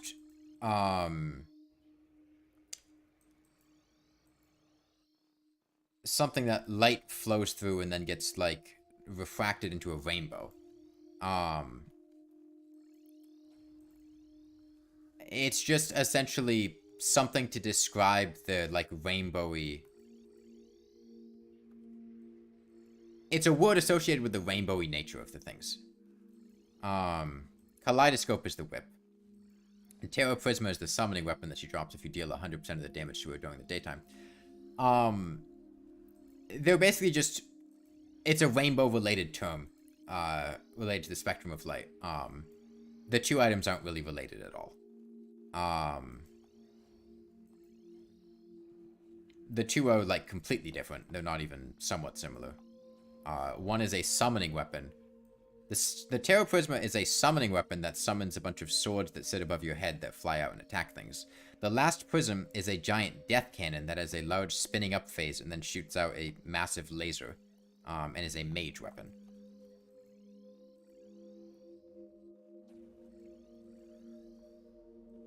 Both of them are arguably the best weapons in their class.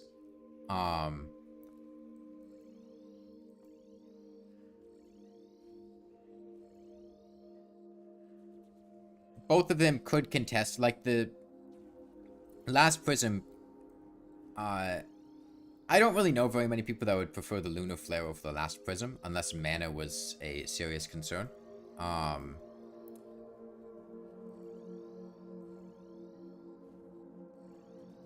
I don't think that's true, Time Death. Are you considering it with whip stacking? I'm pretty sure Terra Prisma is quite competitive with the Dragon. The only time the Dragon is going to perform better than the Terra Prisma, is against slow,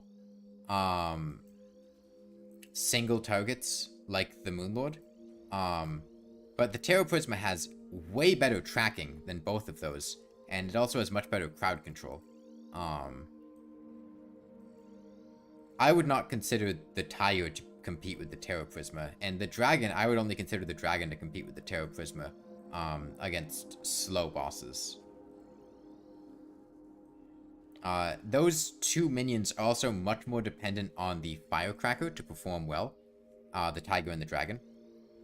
The Firecracker is a big chunk of their effectiveness, late game, whereas the Terra Prisma is much more lenient with whips, as the Firecracker needs to be reapplied every single time that it blows up, whereas you have a bit more leeway with 3-second or 4-second tag buffs. Got its DPS halved by a bug fix? I thought that was the Sanguine Staff.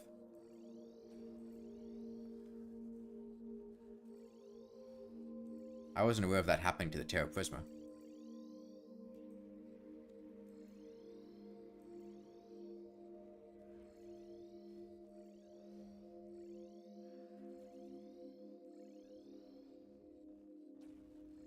And watching Shy Guy Masks vid. I'm not going to.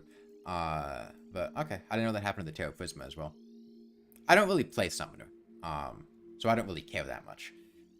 As a heads up. This is mostly information that I've gotten from other people. But from what I know of people that have done testing with the Terra Prisma, it's at the very least competitive with the Dragon. Most of the time. But maybe that was before the 1.4.4 bug fix.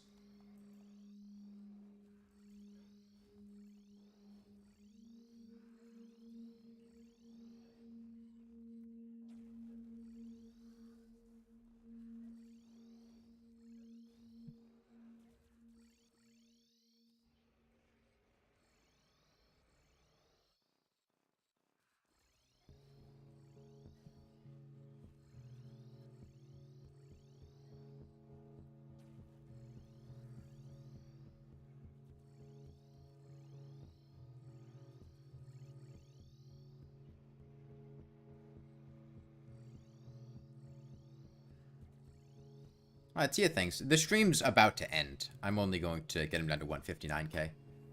And then, take a break, though. Pick up later tonight. After I eat dinner and whatnot. Probably like 5 or 6 hours.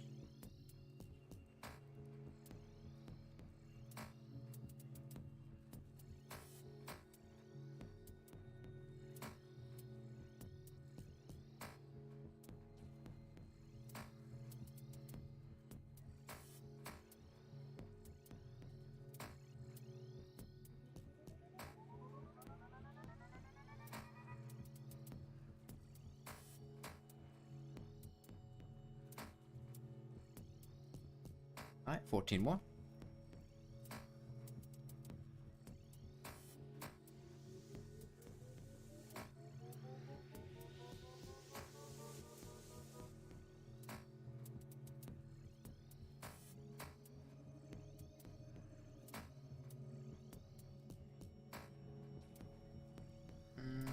Probably one more cycle after this. Can you go as well? Alright, see ya. Alright, I'm gonna go as well once I deal 3 more. There we go. I'm gonna go through a cycle with his tongue coming out, and then I'm gonna pause there.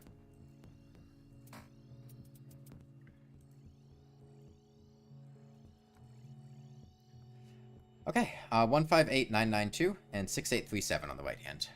I will be back tomorrow, and hopefully we will be done with these hands. Sorry, I will be back later tonight, and hopefully we will be done with these hands tomorrow.